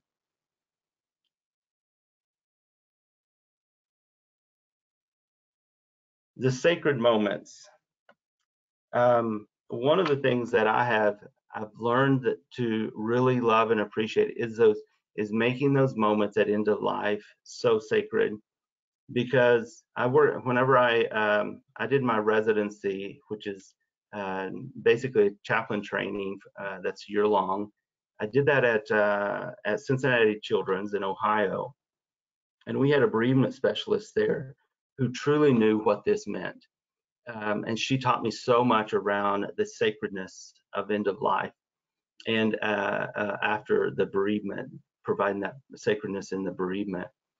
And but also, as I learned it there, I took that and went to the next hospital I went to, which was in Fort Smith, and I was the labor and delivery and NICU chaplain. And in those moments of end of life, whether it was a stillbirth, or it could be the mother may have only been pregnant for just a couple of weeks, and they come to us and say, hey, what do we do with this fetus, or whatever it might be, in those moments of loss. And so I truly learned what it meant to listen to them, but also to make it as meaningful as possible, and not just to say, you know what, the baby, you wouldn't be able to recognize anyway, it's just tissue, or it was just whatever. Is not at all ever thinking that or saying those things, but making it sacred, because this was a loss for them. Many times when there was a pregnancy loss, is that this was not their first. And so they begin to grieve even more because they're wanting that one more child, or wanting their first child, and making sure that it's a time that they can grieve, but also making sure that from my side, we do everything we can to walk that journey with them and grieving that. So if it's a child that's this picture here, she's probably about 9 or 10, and sitting at the bedside and making sure that mother's able to be there beside her as much as she can, to whatever it might be that family needs, from lighting the candle to laying the flowers, circling the bed of prayer, or to just allowing tears to flow, is allowing the moment to be sacred. So the chaplain, what happens when I die? Now that's kind of a weird question on this type of presentation. But that's a question I get many times from teenagers or middle school kids who know that their time is coming, and it's going to be fairly soon. And I remember receiving that question whenever I was down in Cook Children's the first time. This young lady was on palliative care, and she asked me, said, "Chaplain, what happens when I die?" And as chaplains, we allow silence, of course. And so I sat with her and I said, "What do you think happens when you die?" And so I let her share what she thought would happen. It was not just something she had just came up with at the moment. She had truly been thinking through this. And she would explain this whole process of her own faith and what will happen. And then she asked this next question of, what happens to my stuff? And what do I do with all? And then the parents a lot of times will ask that second question, but I want to stay on that. What happens to my stuff? And so she had just asked, what happens to me when I die? But then she said, well, what happens to my radio and my TV that's in my room? I said, well, what do you want to happen to it? She said, I don't want my brother to get it because he always comes in there and he always wants to get my stuff, and I do not want him to have that. And he was like a year older than her. And so, it was a humorous moment, but at the same time, it was very sacred. It's something that we needed to do. And so we had some booklets there in that hospital that we were able to sit down and write out what she wanted to do with her stuff. What are things that she wanted at her funeral? What are these things that are important to her? And so I'm not sure what happened afterwards. We visited with that family, and we shared the booklet with the mom. But it was quite humorous to kind of hear that from a teenager's point of view. And many times, whenever I've heard that, they'll say, we'll say the drums. I want the drums to go to my cousin Bill, who's just starting to play the drums. I want this, and they just list everything out of where things go. And then other times I've talked, and they said it doesn't matter. My mom and dad can do whatever they want to with it. But then the parents will turn to me at times, and they'll say, Chaplain, and I heard this question more when I was in the labor and delivery. Is what do I do with all this stuff? What their bassinet? We just bought it. We just painted the room. We just knew this baby was going to be born at 9 months, and we were going to bring him home. Everything was going to be healthy, and now we're not.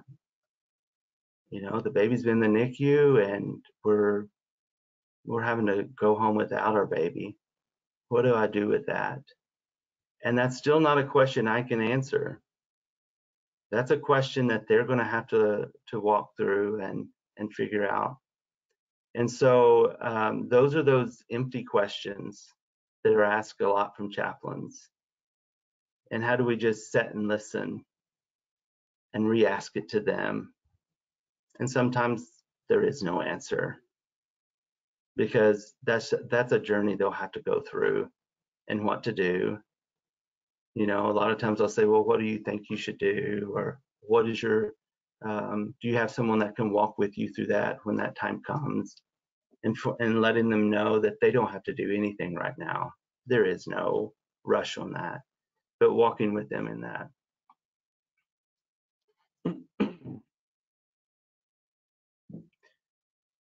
And then also is the remembering.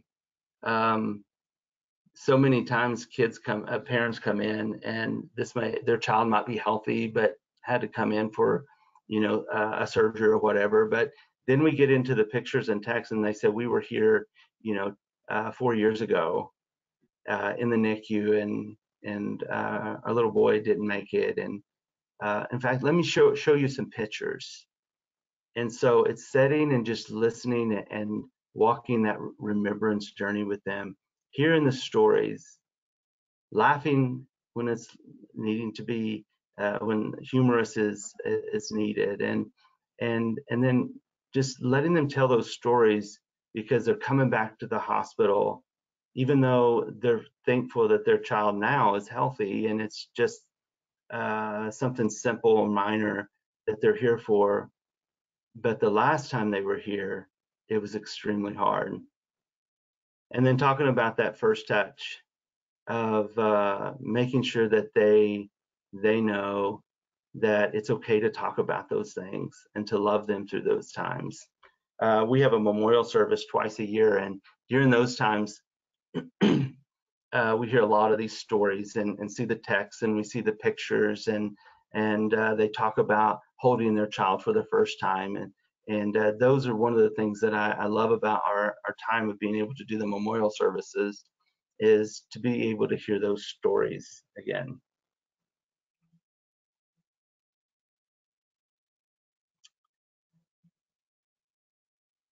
And during that time, whether it's at the end of life, or whether it's when they come in a second time with another child, or at the memorial service, is taking time to remember and reflect, and helping them. Sometimes they say, we just don't know what to do now.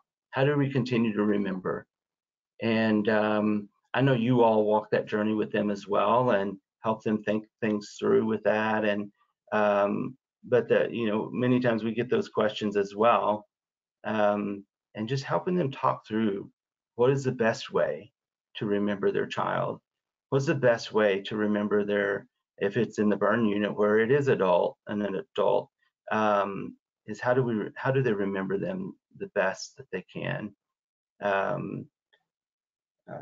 And so it's just taking time, as I've said many times already, it's taking time to listen. And as I've already mentioned, is caring for the staff, is seeing someone, as this lady on the left is sitting in the hallway tearing up, is walking and sitting down beside them, and maybe just having a presence there. We call it a pastoral presence, of just being there with them. Or it's seeing the surgeon after the surgery, and you see, such as this guy here, seeing on his face that this didn't go as I hoped, and encouraging them and providing some hope to them as well. So those moments that, even though these are pictures of kids, it's taking those moments to reach out and to show love and to show hope, of regardless of where they're at or what they're doing, regardless of their background, or what they or where the child is, whether they're at their end of life, or for something minor that they've come in for, is reaching out. And many times it's that touch, as I mentioned, and letting them know that they are important, that they are cared for, and that they're valued. One of the things I learned from a pastor several years ago was, if you want to show value to a mom and dad, is to speak to the child. Take time to speak to the child. So if the child is in their end of life, but there's siblings that are there, is greet mom and dad, but also take time to speak to each child and let them know that they're important and that they are loved. And each one of us, if we have kids, we probably can think back to times when someone did that, and it just made our hearts swell of pride. And so taking time to show value to the children in the room during these difficult times, because many times they're overlooked. Many times they are, the adults are the ones that we go to because it's comfortable, but taking time to reach out and to show that value to them. So during the end of life care, the chaplain's focus is to provide spiritual and emotional support to the family and staff and the patient, but to everyone that we come in contact with. We walk down the hall, we're looking for people to provide support, whether it's saying hello, or we are stopping to chat with them, is taking that moment to show that they're important. And then also the funeral, when you guys come to pick up the body, is that you're able to do that in the units where the patient passed. But we also, that has to be approved through the parents. That has to be approved through the nursing and the medical team. But you are able to pick up the bodies there in the units. Generally, it's best to do it from the morgue, but there are times that families just can't let go and allow their child to go to the morgue. So who calls you all? Who calls you all when a child passes? And that call comes from a social worker. If it's a, in most cases, it's the social worker, or it's the histology lab after an autopsy. And so if the social worker calls, is always make sure that you call back the security and when you're there to pick up the body, to make sure that the body is ready. It's not calling pastoral care. You can call us, but I'm going to send you on to security at that time if you're there to pick up the body, to make sure that everything is ready. And provide an excellent grief care to family means working together as with all the disciplines, which includes the child life specialist, who provides the handprints. They provide grief books and information to those families. All right. What questions do we have, if we have time? Reverend Fairchild, this isn't a question, but there is a comment that was submitted. And so this person wanted to thank you as the presenter and also said that this information was very powerful. Oh, well, thank you. Can I take my slides off and see people?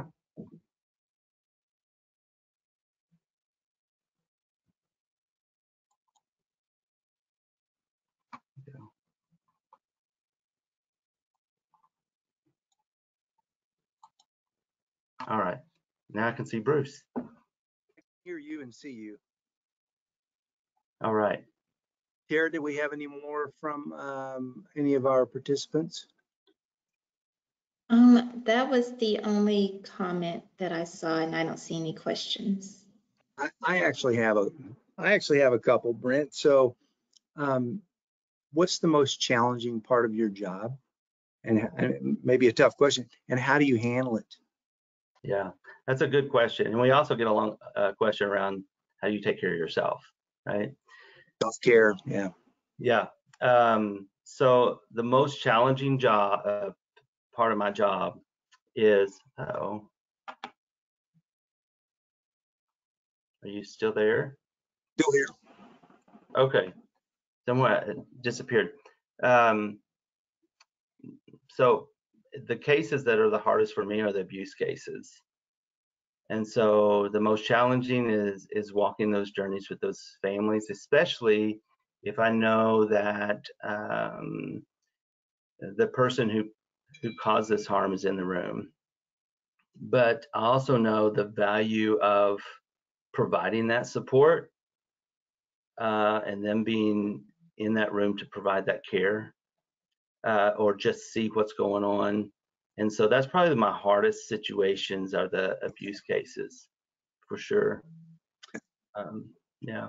So taking care of ourselves is important. One of the things that we do as a chaplain team is that we meet in the mornings and we debrief, or we share what's going on, or kind of divide up whatever needs to be done. But also we know that we can come back to that office and there'll be someone at some point back in that office as well that we can debrief with to kind of, I've had some of the chaplains show up my office. Had a guy that was with us for over 30 years that he'd show up and say, Brent, I got to talk. the tears in his eyes, he's sharing a case that just impacted him, and knowing that we're there for one another. Yeah. I mean, I can see you talked about so many touch points, just incredible touch points. I want to go back and listen to yours again. There's lots of things I can glean from it. And since you've got a crowd of funeral home professionals listening, is there, how should I phrase this?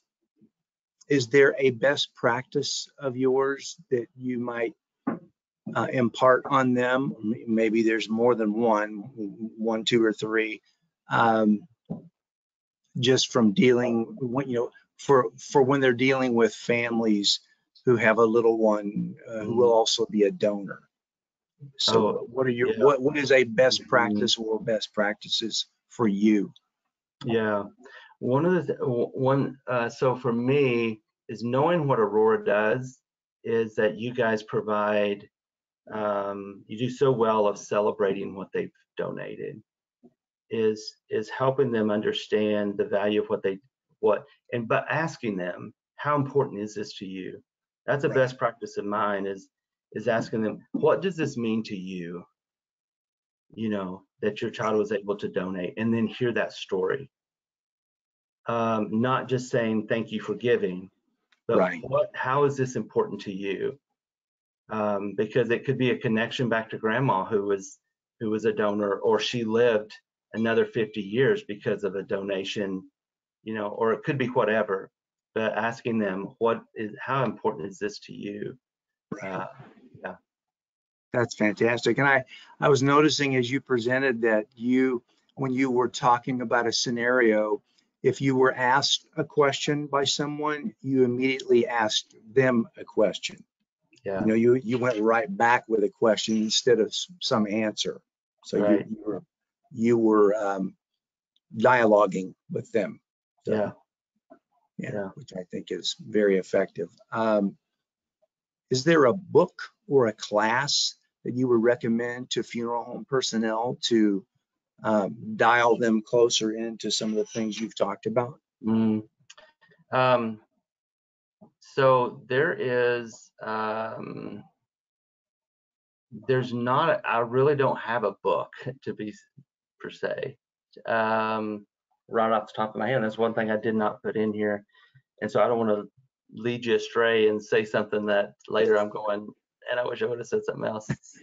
So let me think on that. I'll get that back to you. And if you want to send that out to them. Okay.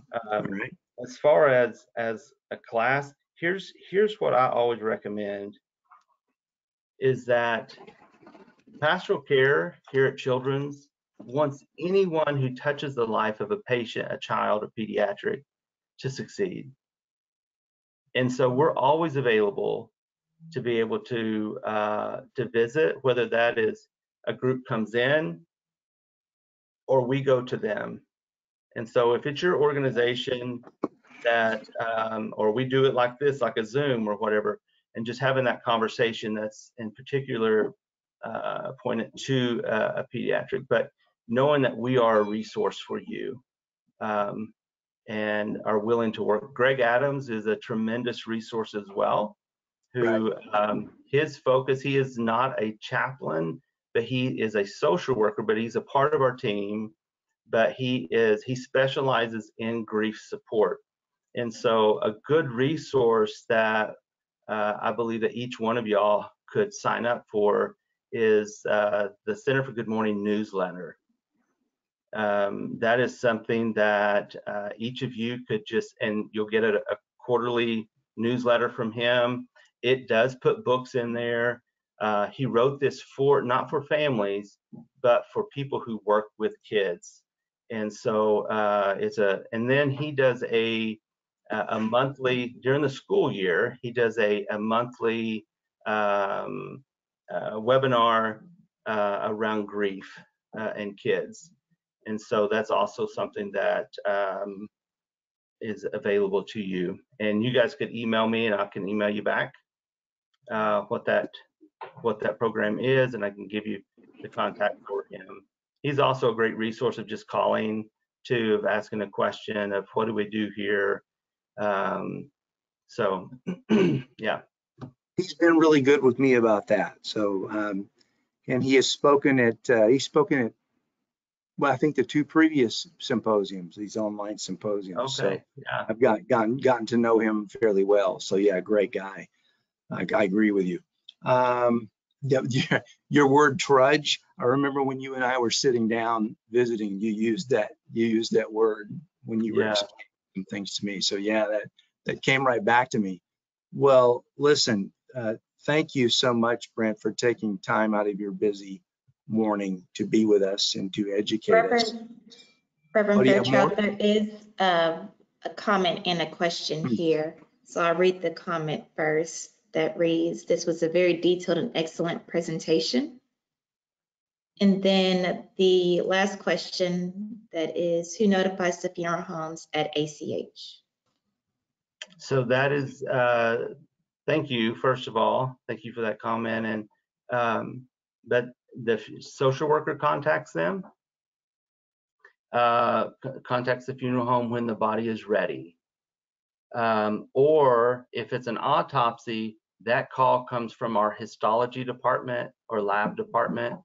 But you will be notified when the body is ready. I never, please don't just show up or call the pastoral care department, because that's just kind of the point persons that we lean on to do that, because that's who the family calls as well when they know that, because sometimes families don't know a funeral home when they leave our hospital. And so then once they call the social work department, then we call you that the body is ready. One other thing just to add in there is, when you come to pick up a child, always make sure that you're bringing a gurney. And I say that most of you will go, of course, why would you not? And that's regardless of the size of the child. But our policy does not allow anyone to carry the body out from the morgue. So that's just make sure that you have something, a gurney to bring that child from the morgue to your vehicle. Any other questions on your end or comments, Tara? No more questions or comments. Okay, very good. Well, Brent, thank you. Good to see you again. You too. Bless you all. I'll holler at you and we'll do coffee again soon. And Sounds good. Sooner than later. I'll look forward to that.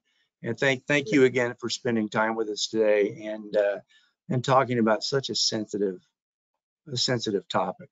Well, thank you. It's my pleasure. You all take care. Have a good day. You too. You too. Be good. Okay, well, our next presenter for section 3 is Mr. Bob Garrison. Bob is originally, I don't see Bob yet. Bob is originally from Louisiana and a centenary graduate.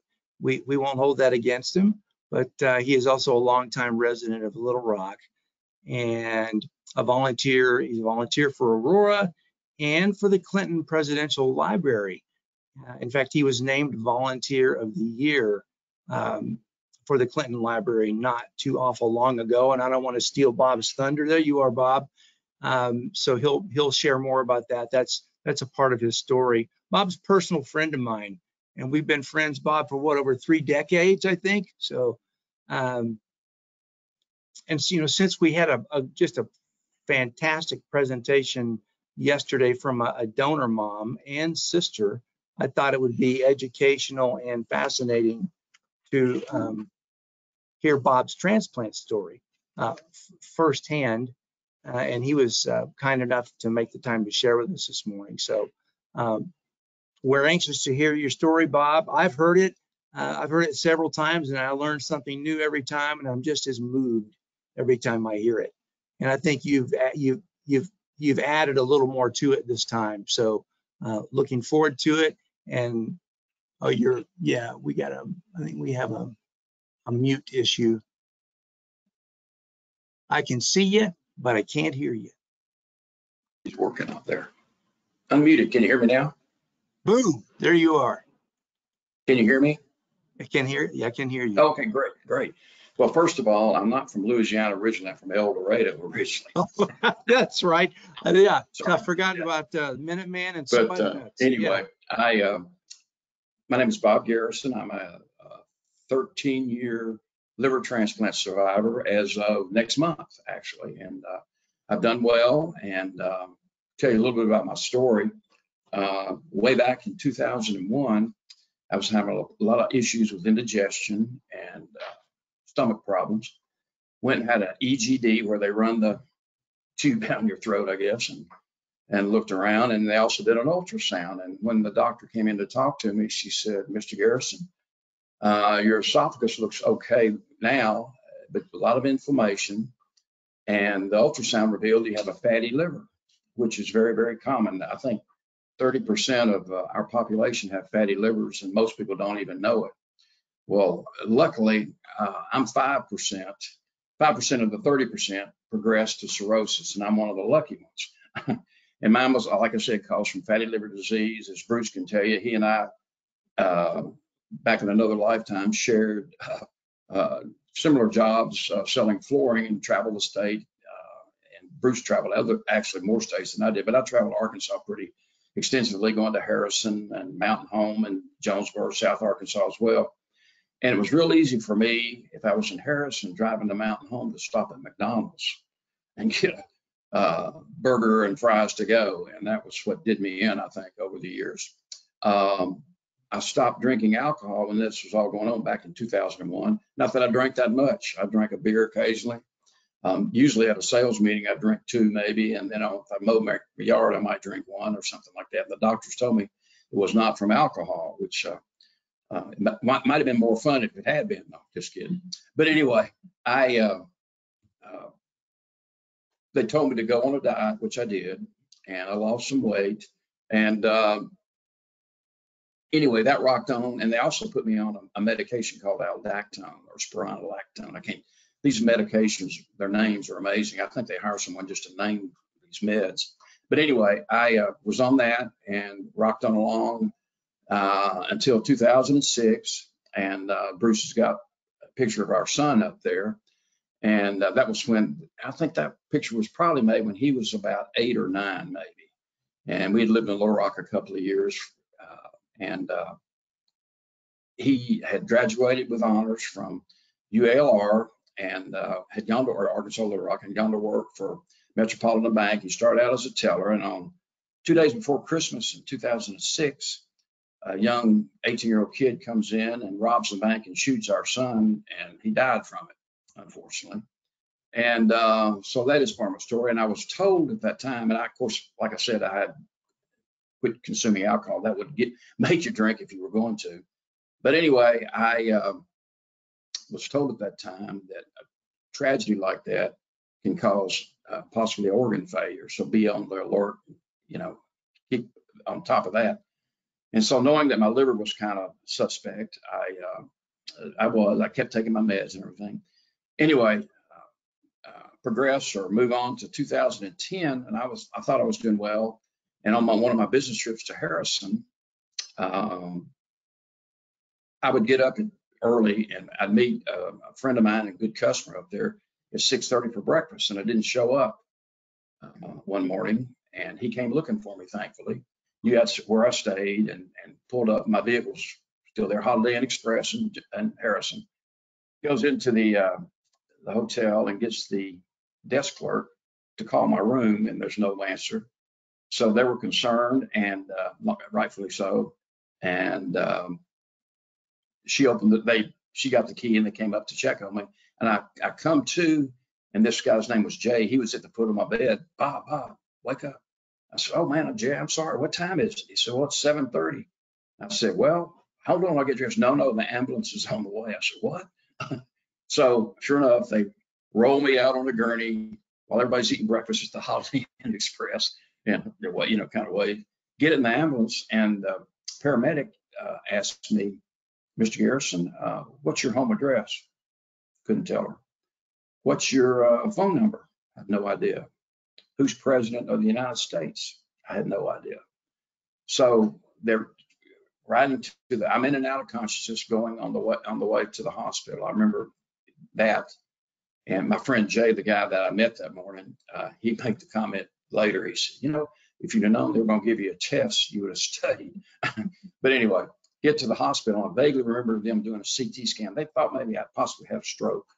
Of course, they did blood work and everything. And I was, you know, I hear a lot of negative things sometimes. You see them on social media about that hospital. They were really great to me that time. Emergency room doctor comes in, Mr. Garrison, you have liver issues. I said, well, I was told a few years ago I had a fatty liver. Well, you got more than that now. And that was my first episode of what they call hepatic encephalopathy. Say that 3 times fast. Anyway, so I stayed there overnight, and they started feeding me this awful medicine called lactulose.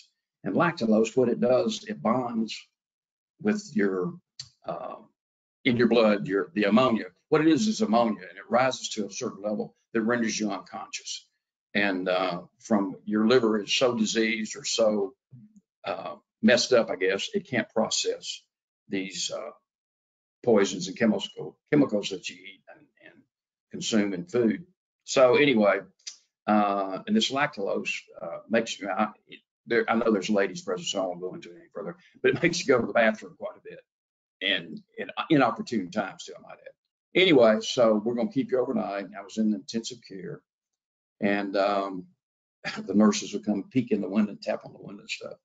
Anyway, my wife came up the next day, but one of my best friends, Tommy Green, drove her up so she could drive my car back, and they checked me out. I think and there may be some doctors here, and I may have forgotten this, but I think my ammonia level was in the 140s, and normal's under 10, I think, 10 something milligram, whatever, in your bloodstream. And they had gotten it down to the 20s, and so they were going to let me go home. And the doctor, Dr. Leslie, anybody heard of Leslie, Arkansas? He lived there. He's from there, obviously.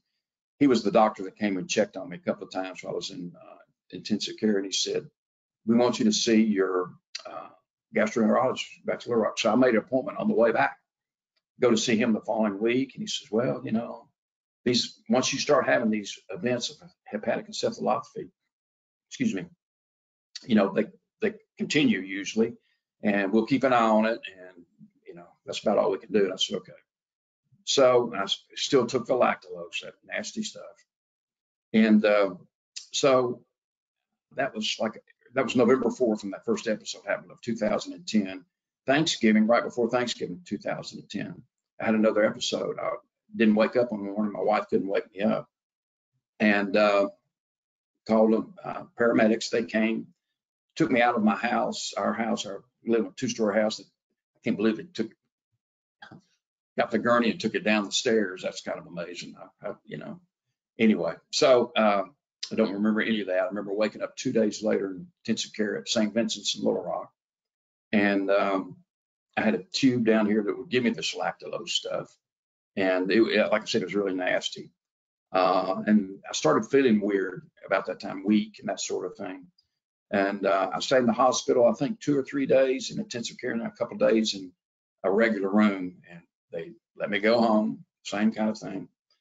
And about a month later, I remember Arkansas was playing Ohio State in the Sugar Bowl that year, and they let me go home.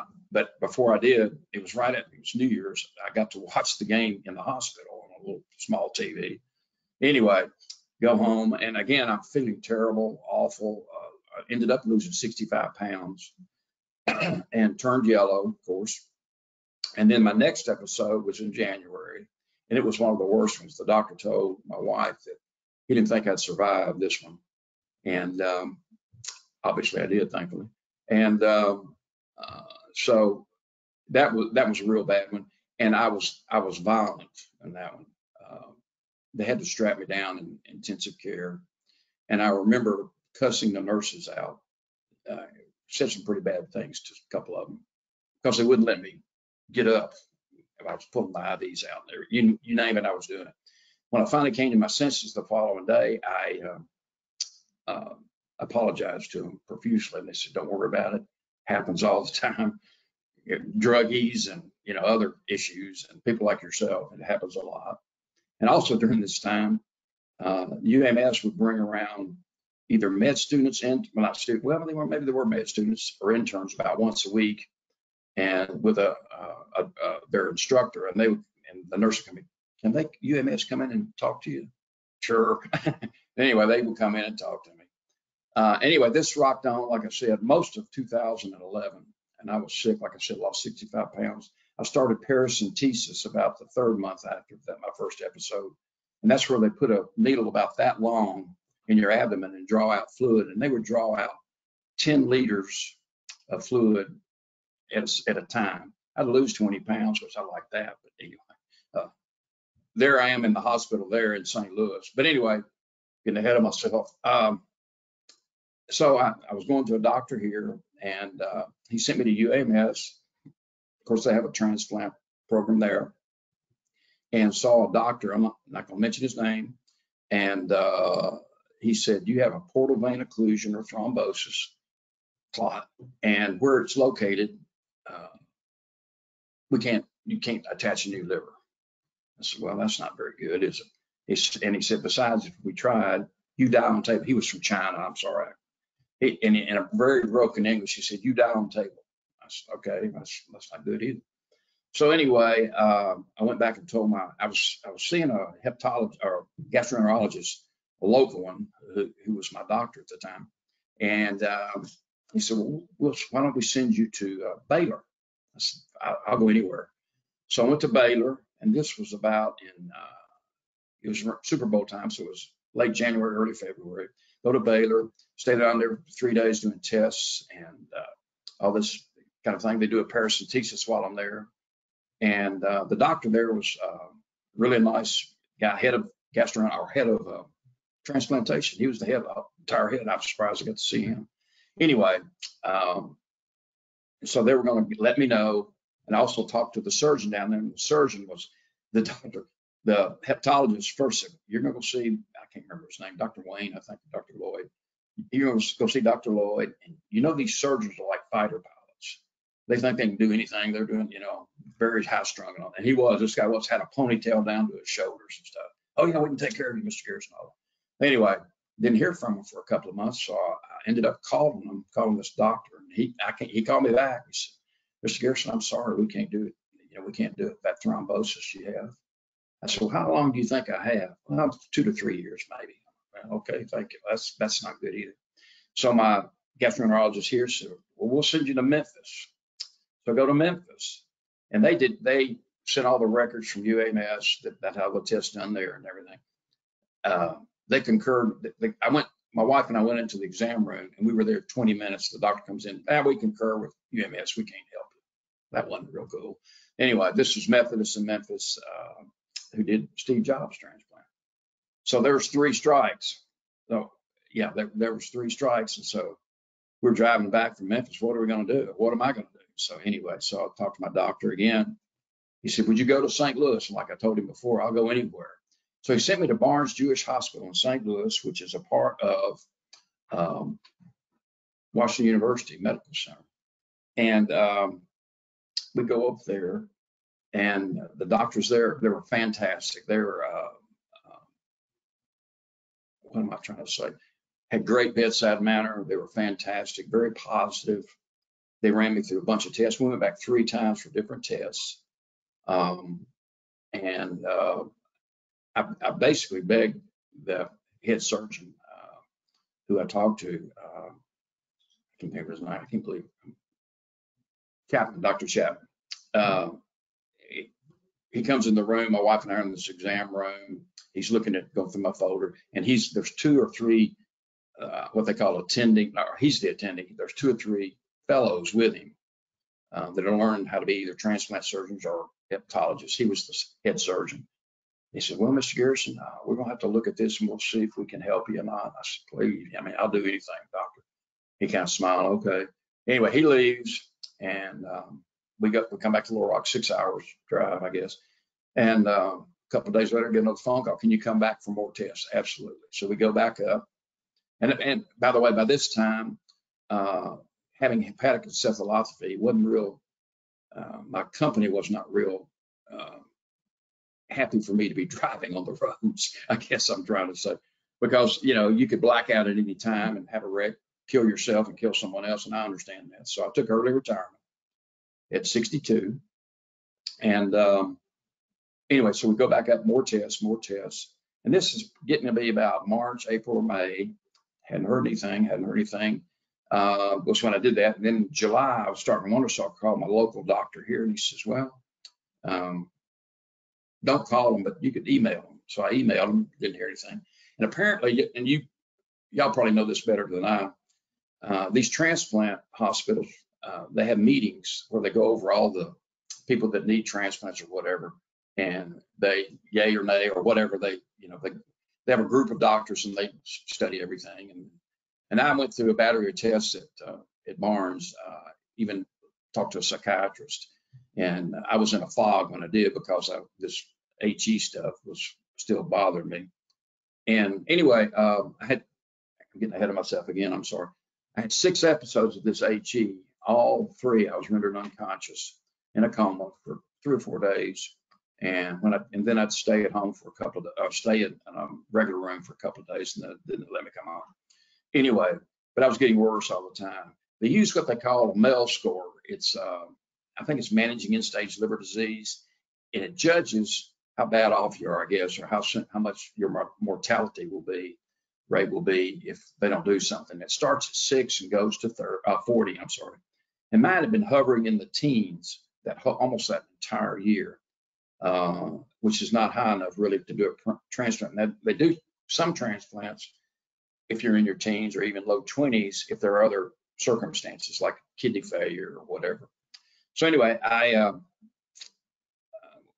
think it was August, and I'm sitting there watching television in an easy chair recliner. I'm either there or in bed, and I was weak, 85 pounds, like I said, turning yellow.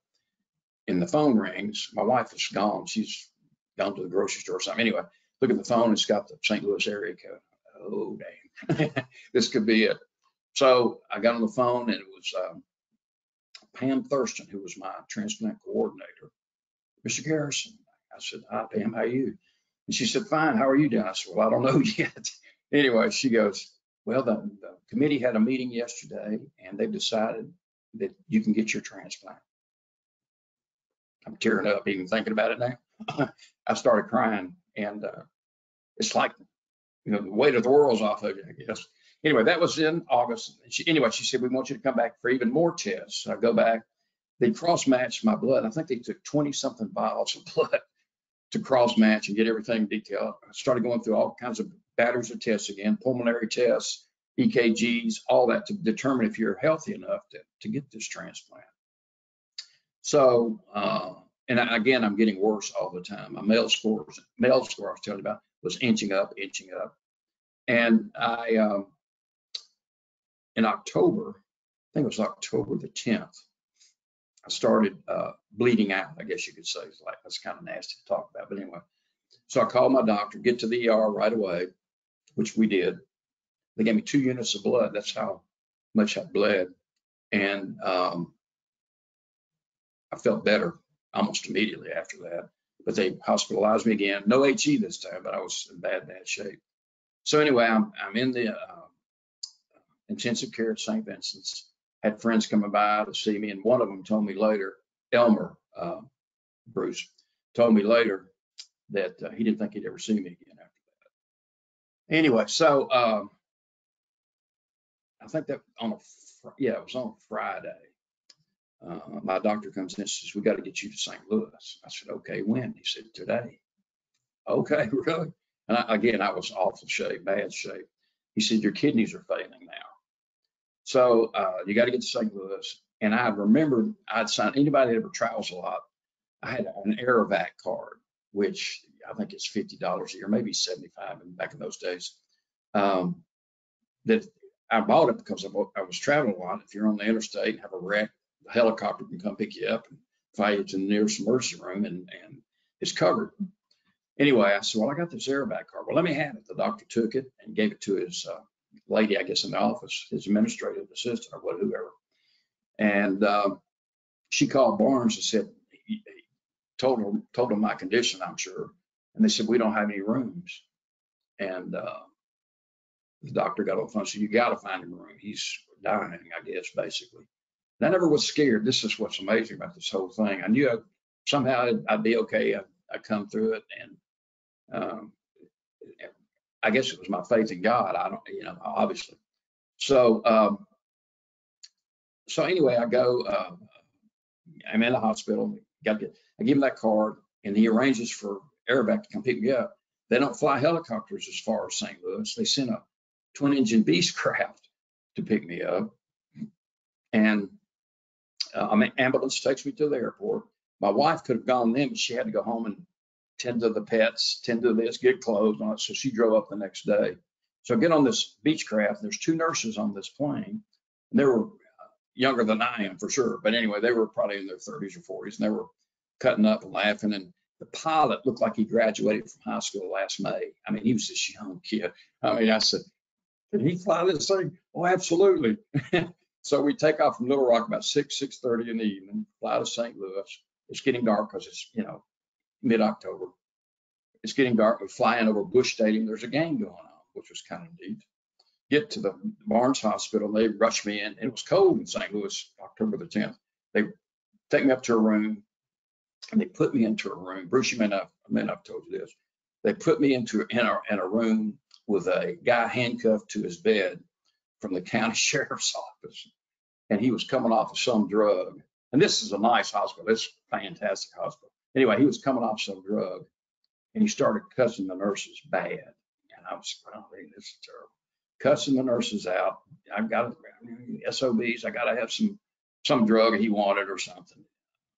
What is it, ARORA or something like that? Maybe a calming. Anyway. And so they ended up wanting to get a hospital guard to come in and sit in the room with him. And didn't work. No, I'm sorry. It wasn't a guard. It was a male nurse, I think, sat in there. He's still chewing him out. And I was thinking, oh, God, I don't need this right now. Anyway, he's going on and on.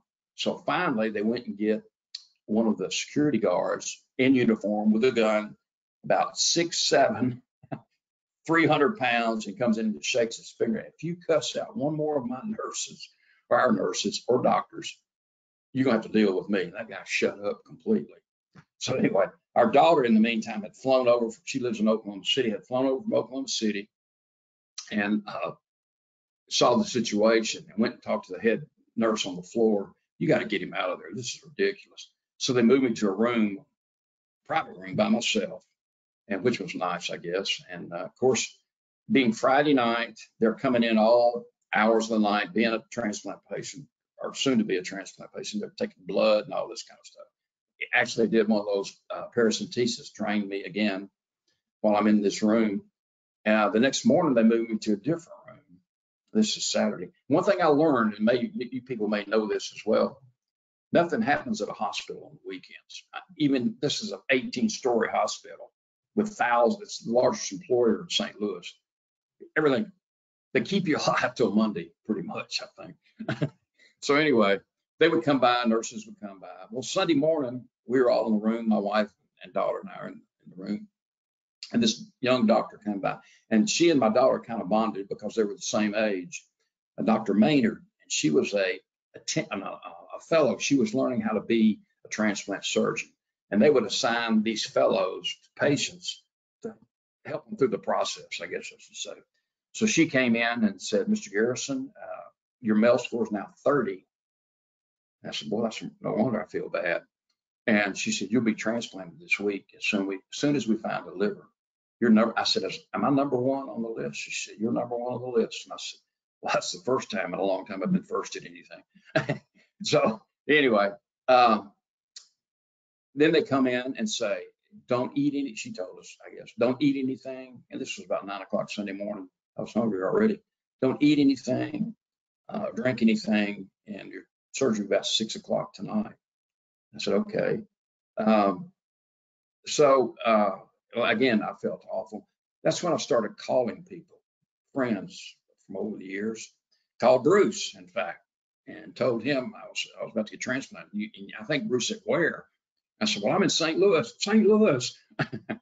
So anyway, they came and got me at about, oh, I don't know. Well, I'm getting ahead of myself. First of all, this team comes in.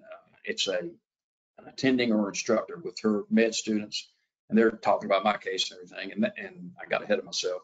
This nurse, who was a nice, sweet nurse to us on that floor, I asked her one time, she was from Hungary originally. She had a heavy, heavy accent. But she comes in while these doctors are all in there. They found the liver. They found the liver. And so I looked up at this attending and her students and said, well, I guess they trumped you. And so anyway, so they came and got me at 6 o'clock, took me upstairs to prep pre-surgery, pre-op, huge operatory suite. Pre-op was just gigantic. I was in there, and y'all probably know that they use these cloth curtains to separate you. And there was a gentleman 2 bays down that you could hear everybody. And I think he got my donor's heart, because the surgeon comes in, the heart surgeon comes to him and says, now, Mr. Jones, you turned down the last time. Are you going to turn this one down? I wouldn't if I were you. No, sir, I won't this time. So anyway, that was kind of interesting. They come in and talk to me. They start a couple of IVs. This young, probably in her 30s, late 30s, anesthesiologist comes in. And I don't mean to offend anyone here, but guys sometimes rate the attractiveness of ladies from 1 to 10. She was a 12. I thought she was my angel that already died. Anyway, coming to get me. But anyway, she was real sweet, real nice. And then my doctor comes in, a Dr. Doyle, Margella Doyle. She's from Ireland originally and studied in Ireland and has all these credentials and everything, and had come to Barnes in St. Louis about 8 or 10 years earlier to get her doing her surgical fellow and transplant fellowship. And she was going to be my surgeon, and I'm glad I got her. She was awesome. She was not she and the head of surgery, this Dr. Chapman I talked about earlier, did the surgery. And then this Dr. Maynard, who was kind of with us, she assisted them. So there was 3 of them, and they all came to get me about 9 o'clock. All the doctors did. That was kind of nice, I thought, but unusual. And I was at peace as they were rolling me back there. I knew I had to do something. I couldn't live on like I was living, but I knew I'd be okay if I died, or if I survived. Obviously, I knew it'd be okay, that I would be taken care of. And anyway, so we go in the surgical suite. It's the most massive surgical suite I've ever seen. Music was playing like you always see on television or in movies. And they were all busy getting ready and all this stuff, looking around and everything. All of a sudden, this mask comes over my face. And I asked her, I said, are you going to put me to sleep now? She says, no, not yet. Well, they did. And they didn't put me to sleep through the mask. She said they were going to put me to sleep through the IVs. So, and that's what happened. Anyway, and I remember dreaming during this surgery, I don't know if it was after the surgery, that a lion or a tiger was eating my abdomen. And that was, I'm sorry, that grosses you out. It's almost lunchtime, dude. Anyway, and I might have come through during the surgery and they knocked me back out or something. I don't know. Anyway, I wake up 2 days later, vaguely remember them taking out what do they call that? Anyway, the tube down your throat, whatever it is. Vaguely remember that. I'm still semi-conscious. They walked me around the recovery area. I don't remember that. I do remember kind of being awful thirsty. They wouldn't give me any water. That really made me mad. And they had given me, after surgery, they had given me 2 huge bags, the nurse told me later, of steroids to help fight rejection. Made me mean. I was a mean guy when I came to. In fact, I asked the nurse, I said, I looked at a clock. There was a clock in my room. That was my recovery room. And it said 2 o'clock. I said, where's my wife? She said, well, she's probably asleep. It's 2 o'clock in the morning. So anyway, and then she made me get up and move and stuff. I had 65 staples in my abdomen, and it hurt, even with the morphine drug. And I said, how that hurt? What's your name? I'm going to turn you in. And she goes, it's Kathy. And I looked at her name tag and it said Melissa or something like that. I started laughing then, and she started laughing, and we became big buddies, and she would sneak me ice and that sort of thing. This buddy I told you about since first grade, Tommy Green, he came to St. Louis for my surgery, which was pretty awesome. And he went and bought all the nurses on that floor a couple of pizzas so they take good care of me, which I thought was pretty cool. Anyway, I was in intensive care or recovery for, I don't know, 2 or 3 days. Then they moved me to the 16th floor, which is the transplant floor, not heart. Cardiac was on another floor. It was liver, kidney, pancreas, intestines, all those. And they had 80 beds on that floor. I mean, it was huge. And it'd been remodeled. It was super nice and well done, laid out. And I was in this bed. I was in bed for 10 days. But during that time, I felt pretty good. That I would come. I had no appetite at all, though. Excuse me. I would have no appetite at all. Finally, the doctor said, well, what taste sounds good to you? Well, maybe I could drink a Boost. You got it. So while they were rolling all these people's nice dinners down the hall, they'd bring me a couple of Boosts on a tray, and I'd drink those. And he said, as long as you keep drinking those, that'll give you vitamins and enough to sustain you until you get your appetite back. And then one about the transplant, I got ahead of myself again, but I'm sorry. The transplant was on Monday afternoon, and 2 days later, Wednesday, about Saturday, the following Saturday, I finally got my appetite back. They brought in a pepper steak with rice and stuff. And it was good. I chowed down on that pretty good. But anyway, it went on. One thing I did do, which I shouldn't have done, I had to go to the bathroom. And it's hard to pee in a bedpan, lying in bed. So anyway, I'll get up and go. And it was like 2 in the morning in this hospital. And I didn't realize how weak it was. And I hit the floor when I got out of bed. The back of my head hit the floor. And help. Of course, the door was closed, 2 in the morning. Finally, somebody walked by and heard me open the door. Oh my God. They ran and got a couple of nurses that came down, got me up and everything. And that floor has a doctor 24/7. And they may be a resident or something, but they have a doctor there 24/7. So they said, well, you hit your head, so we're going to take you down to a CT scan on there. Oh, okay. And these nurses were not amused that they had to take all the way downstairs at 2 in the morning. So anyway, I got back. And after that, they put me in what I call the prison bed. I had a real nice, comfortable hospital bed. But because I got up and this bed was hard as a rock. And it would alarm if you got out or moved and stuff. So, and I was in there for about a week before they finally let me go. And if you look at my picture there, post-transplant, you see all the wristbands I got on. I think it says fall risk or something. There's all kinds of stuff on that thing. Anyway, also during this time, there was this real young girl came in, physical therapist. She would take me on walks. I'd walk around the floor, and that helped. And then there was an occupational therapist, young lady came in. She was real nice. She graduated from the University of Arkansas in Fayetteville. And so we had a common thing there. But she had to see if I could shave, brush my teeth, and wash my face and take a shower, I guess, before they let me go. Anyway, I was in the hospital, like I said. My transplant, I was on Monday, and I went home 10 days later, I guess is what I'm trying to say. And my daughter had gone back to Oklahoma City, and then she flew back and helped us drive home. And I started home health care after that. And twice a week, they draw blood, send the results to St. Louis. And that tapered down as farther out I was from my transplant. They got to be once a month and once every 6 months, so forth, so on.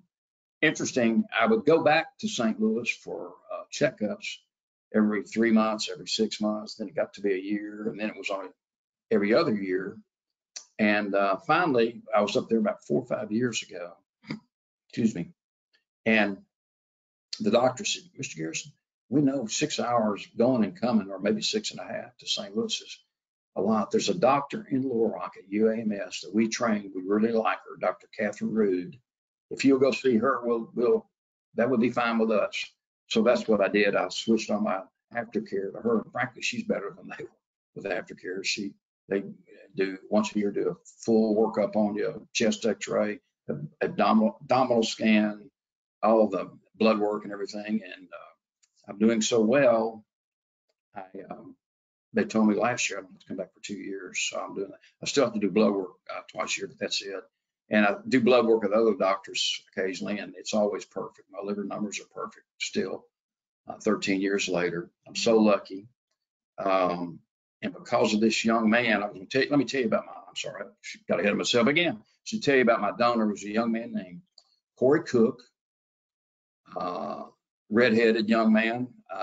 He was 22 years old, had graduated from Kansas State, joined the Air Force, and gone through basic or officer training school, and was home for 30-day leave. And he started going out with this young lady who had recently broken up with a boyfriend. Well, the ex-boyfriend did not like that and shot my donor in the head, unfortunately, with a shotgun. And anyway, and he was my donor. And we found out, it's interesting, you know, y'all all know, especially at ARORA, that's top secret. When I got home, our daughter, like I said, was with us, and she got on her computer and looked up the date and all that kind of thing, and found this murder story about this murder. And I knew the donor had come, or the liver had come from Nebraska. And so she looked that up, and I knew who it was within 10 days, even though nobody ever told me. And I never revealed that I knew either. Kept it quiet. 6 months later, write a letter to my donor family, which is the hardest thing I've ever done. And didn't get a response right away. But about a year later, I get a phone call from my transplant coordinator.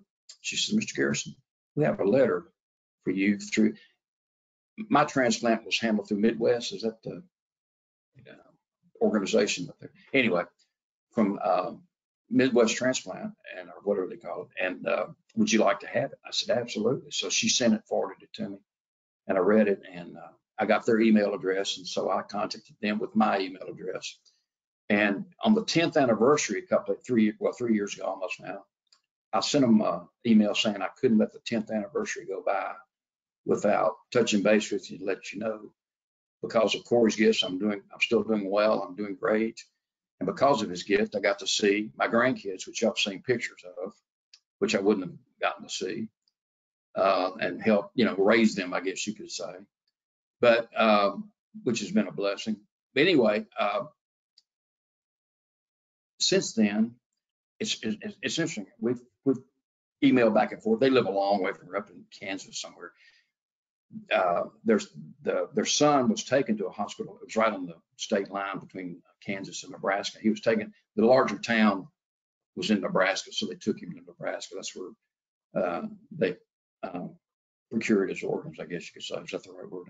Anyway, that's it's kind of my story, and hopefully I didn't wander too much. And I know y'all are probably getting ready, wanting to go to lunch. But anyway, like I said, if it weren't for this young man wanting to be deciding to be an organ donor, Mid-America, okay, it is Mid-America, thank you. I wouldn't have seen these beautiful two kids. The young man, he's 8 now. This was taken a year or so ago, and our granddaughter will turn 12 next month. So, and we see them pretty regular. There I am. I volunteered for ARORA when I first came back. I cleaned all the closets out that I could when I started feeling good again, painted my couple of rooms, cleaned my garage. I had to do something, so I started volunteering with ARORA and did that. Would still do it, but pandemic hit, and that all went by the wayside for a while. But I volunteered at the Clinton Presidential Center 2 mornings a week, which I enjoy. I meet people from all over the world, and all over our country. Not too many Arkansas anymore, but anyway, so 2 mornings a week. And I was lucky enough and fortunate enough in 2018 to be named Volunteer of the Year at the Clinton Presidential Center, which is quite an honor.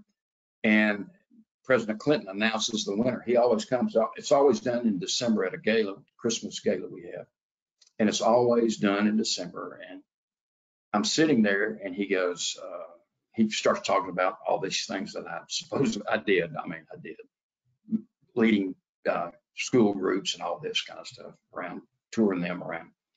And anyway, he goes, and he's from El Dorado. Oh no. So anyway, comes up, congratulations, Bob. And I had to say something. I don't even remember what I said. But the interesting thing about that, and quite the honor of that, is the winner has to introduce the president the following year at the same event. So I had to introduce him. This photo here is the night I introduced him at the same event. He, and I wrote out this, you know, if y'all know Bruce, I was like Bruce. I fumed over that for weeks. What am I going to say? Wrote it and rewrote it numerous times. And then I showed it to the lady who's over, oh, that's too long. And she wanted it to be short and to the point. I understand that. So I did, and ended up, I thought, did an okay job.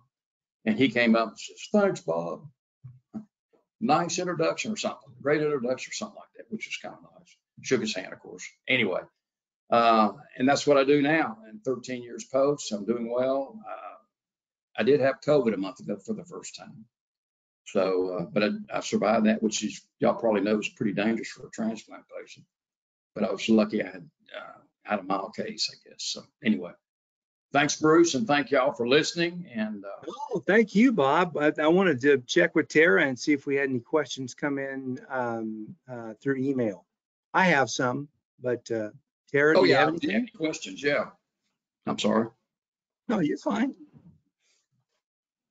I do see one comment that reads that this was very in-depth and informative, and thank you. Yeah, I think a lot of people, Bob, don't realize everything that has to take place before a transplant. And you did a great job of you know, going step by step by step. And I you know, I went on that journey with you a little bit, and I remember seeing you in St. Vincent not long before you got your transplant. Yeah. It was Elmer and I that came to see you, and we walked out, and I think we pretty much said it at the same time. Oh boy, you know, this is good. Might be the last time we see Bob. You had your Razorback hat on, and yeah, I can see you right there. And so you were not in good shape. I was. So was the ammonia, the ammonia, I want to make sure I understand it, was the ammonia buildup what caused the confusion and all that? Yeah. Yeah, that's exactly what causes it. Like I said, your liver, when it becomes disease, cannot clear those toxins out of your body. And I didn't even know you had ammonia in you, but I guess you do. And yeah, it's in protein that you eat, I think, meats and other proteins, I think. Well, as you were sharing, I'll go ahead. I'm sorry. No, I said, if there's any doctors present, maybe you can clarify that. But anyway.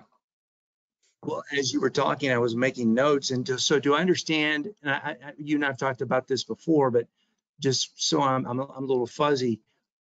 Did every other hospital after, with the exception of Barnes Jewish, did every other hospital after UAMS look at only UAMS's tests? No, actually, Baylor did extensive testing as well. We were down there for 3 days in a row.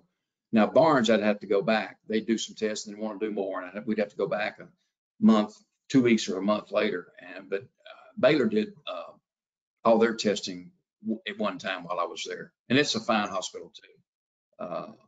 In fact, I didn't tell this story. This is interesting. Dr. Kerr, who I love that guy. He was probably in his 40s, funny, nice guy. He was a hepatologist, which is a liver specialist, not a surgeon. But I would see him after my transplant. We'd go back at first once a month, like I said, and then once a year. You have to be once a year, and we'd go to St. Louis once a year. And it was kind of fun to go up there when I got to feeling well, to go do stuff and go eat some Italian food somewhere on the hill, I think they call it. Anyway, so we went to Dr. Kerr one time. This was probably 3 years post. Dr. Kerr's in there, and he said, how are y'all doing? And I said, well, pretty well. What do you think? And he said, I think you're doing great. He opened my folder, I guess you call it, and somebody, not he, but somebody put a Post-it note up there, great patient. I thought that was pretty cool. He showed me that. Let me show you this. Anyway, so I got some bad news, I guess. He says, we're moving back to Texas. I said, oh no. He now works at, not Baylor, but there's another transplant center in Dallas, Southwestern or something like that. It's where he is a I think that's hepatologist exactly, there. yeah.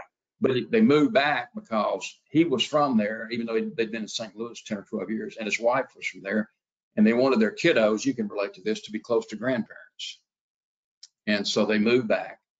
But anyway, that particular day, I had a question for him. He said, what's that? I said, well, as you probably know, I had 6 episodes of that hepatic encephalopathy. Yeah. I said, and this was when I was about 64, I think. I said, in 20 years, is there a chance I'll have dementia or Alzheimer's or anything like that? And he looks at me and goes, how old are you, Mr. Garrison? I said, well, I'm 64. Well, in 20 years, you might have a touch. I started laughing and he did too. So, Yeah. anyway, that was kind of a light-hearted moment. I was doing well, but like I said, I've done well. I see UAMS Transplant Center here now. This Dr. Root, and they're fantastic. I can't say enough good things about UAMS. I now see one thing it did. They told me it possibly would give me diabetes, and it did. The transplant. Right. Don't know Yeah, why. you shared that with me. Sometimes it's medication, and anyway, but it's well controlled. My A1C is 6, I think 6.1. Anyway, and I had a doctor here, a private practice doctor here, and he retired. So heck, I'll just go to UAMS. And I've got a doctor there who's fantastic, young guy. He's on an insulin pump, and I see him every 3 months. In fact, I'm going next week, and I like him. But it did give me diabetes, and that's really the only negative thing I've had, I guess, from it. So anyway, thank Yeah, y'all. you just answered other another questions? Yeah. question, which was, go ahead. I'm sorry. No, I said any other questions? I'm sorry. There is one comment here to read Okay. that reads, throughout Mr. Garrison's devastating illness and struggle to survive, he never gave up his faith in God, and he certainly looks fantastic today. What an amazing story. Like I said, I knew I'd be okay. I was scared. And, I never even asked any of those doctors in all that year that I was sick, when am I going to die? That one doctor at Dallas, at Baylor, he said, I'll give you about 2 or 3 years. Well, I was under the knife 9 months later, not 2 years later or 3 years later. But you're right. And the night they rolled me in, I felt, like I said, at peace. So. Well, I remember you kept, if you were turned down by someone, you kept pushing. Yeah. What Ready to go if you would, and what if you wouldn't have, Bob? We know. wouldn't be having this conversation. If I'd have taken what UMS said, I'd be dead now. Right. Well, I'm glad you didn't. That particular doctor. Yeah. At UMS. Gotcha. He's no longer there. Well, your story is really multifaceted, and with the inclusion of Jim, and you went through all that loss, and then here this comes. And one last thing, how long was it from discovery to transplantation? It's interesting. I guess discovery was when I had that first episode in Harrison, and that was on November 4th. And what's kind of ironic is we left St. Louis coming home after the transplant on November 4th, a year later. Wow. Yeah. How about that? Yeah. How about that? Well, I mean, It gives me chills thinking about it now. I don't think about that very often, but I just I went through some notes last night, and I said, well, that's right. So. Well, and you get a whole new vocabulary after you go through something like this too. So yeah. I agree. Yeah, it's life changing. It really is. It is, literally. Well, thank you, my friend, thank you for coming and sharing again. And thank you for being a volunteer for Aurora. And I'm glad you're still arms out. Yeah, great. And still with us and doing great. And you got your grandchildren and your daughter, and you got Holly, and I'm thrilled for you. Thank you for taking time to share such a sensitive story with us. Very inspiring. Glad to share it. All right. You take care. You too. See you. Okay. Be good. All right. Bye. Okay. I need to let all of our participants know that Tara Jones will be on with some important information. So please stay tuned until she dismisses us. I'm not sure if Bob's still with us, but I want to thank him again for taking time out of his day. He volunteers a lot for folks. And so he's retired, but I think he's busier now than he was when he wasn't retired. So I want to thank him for taking time out of his day to share his incredible story with us. And as I said, to me, it's having known him for so long is moving every time I hear it.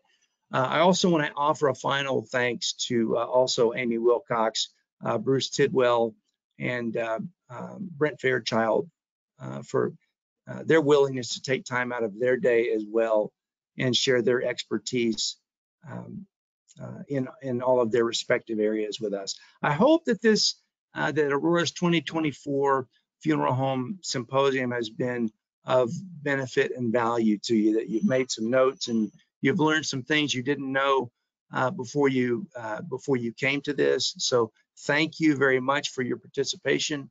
And now Tara Jones has some important information for you. Thank you again so very much.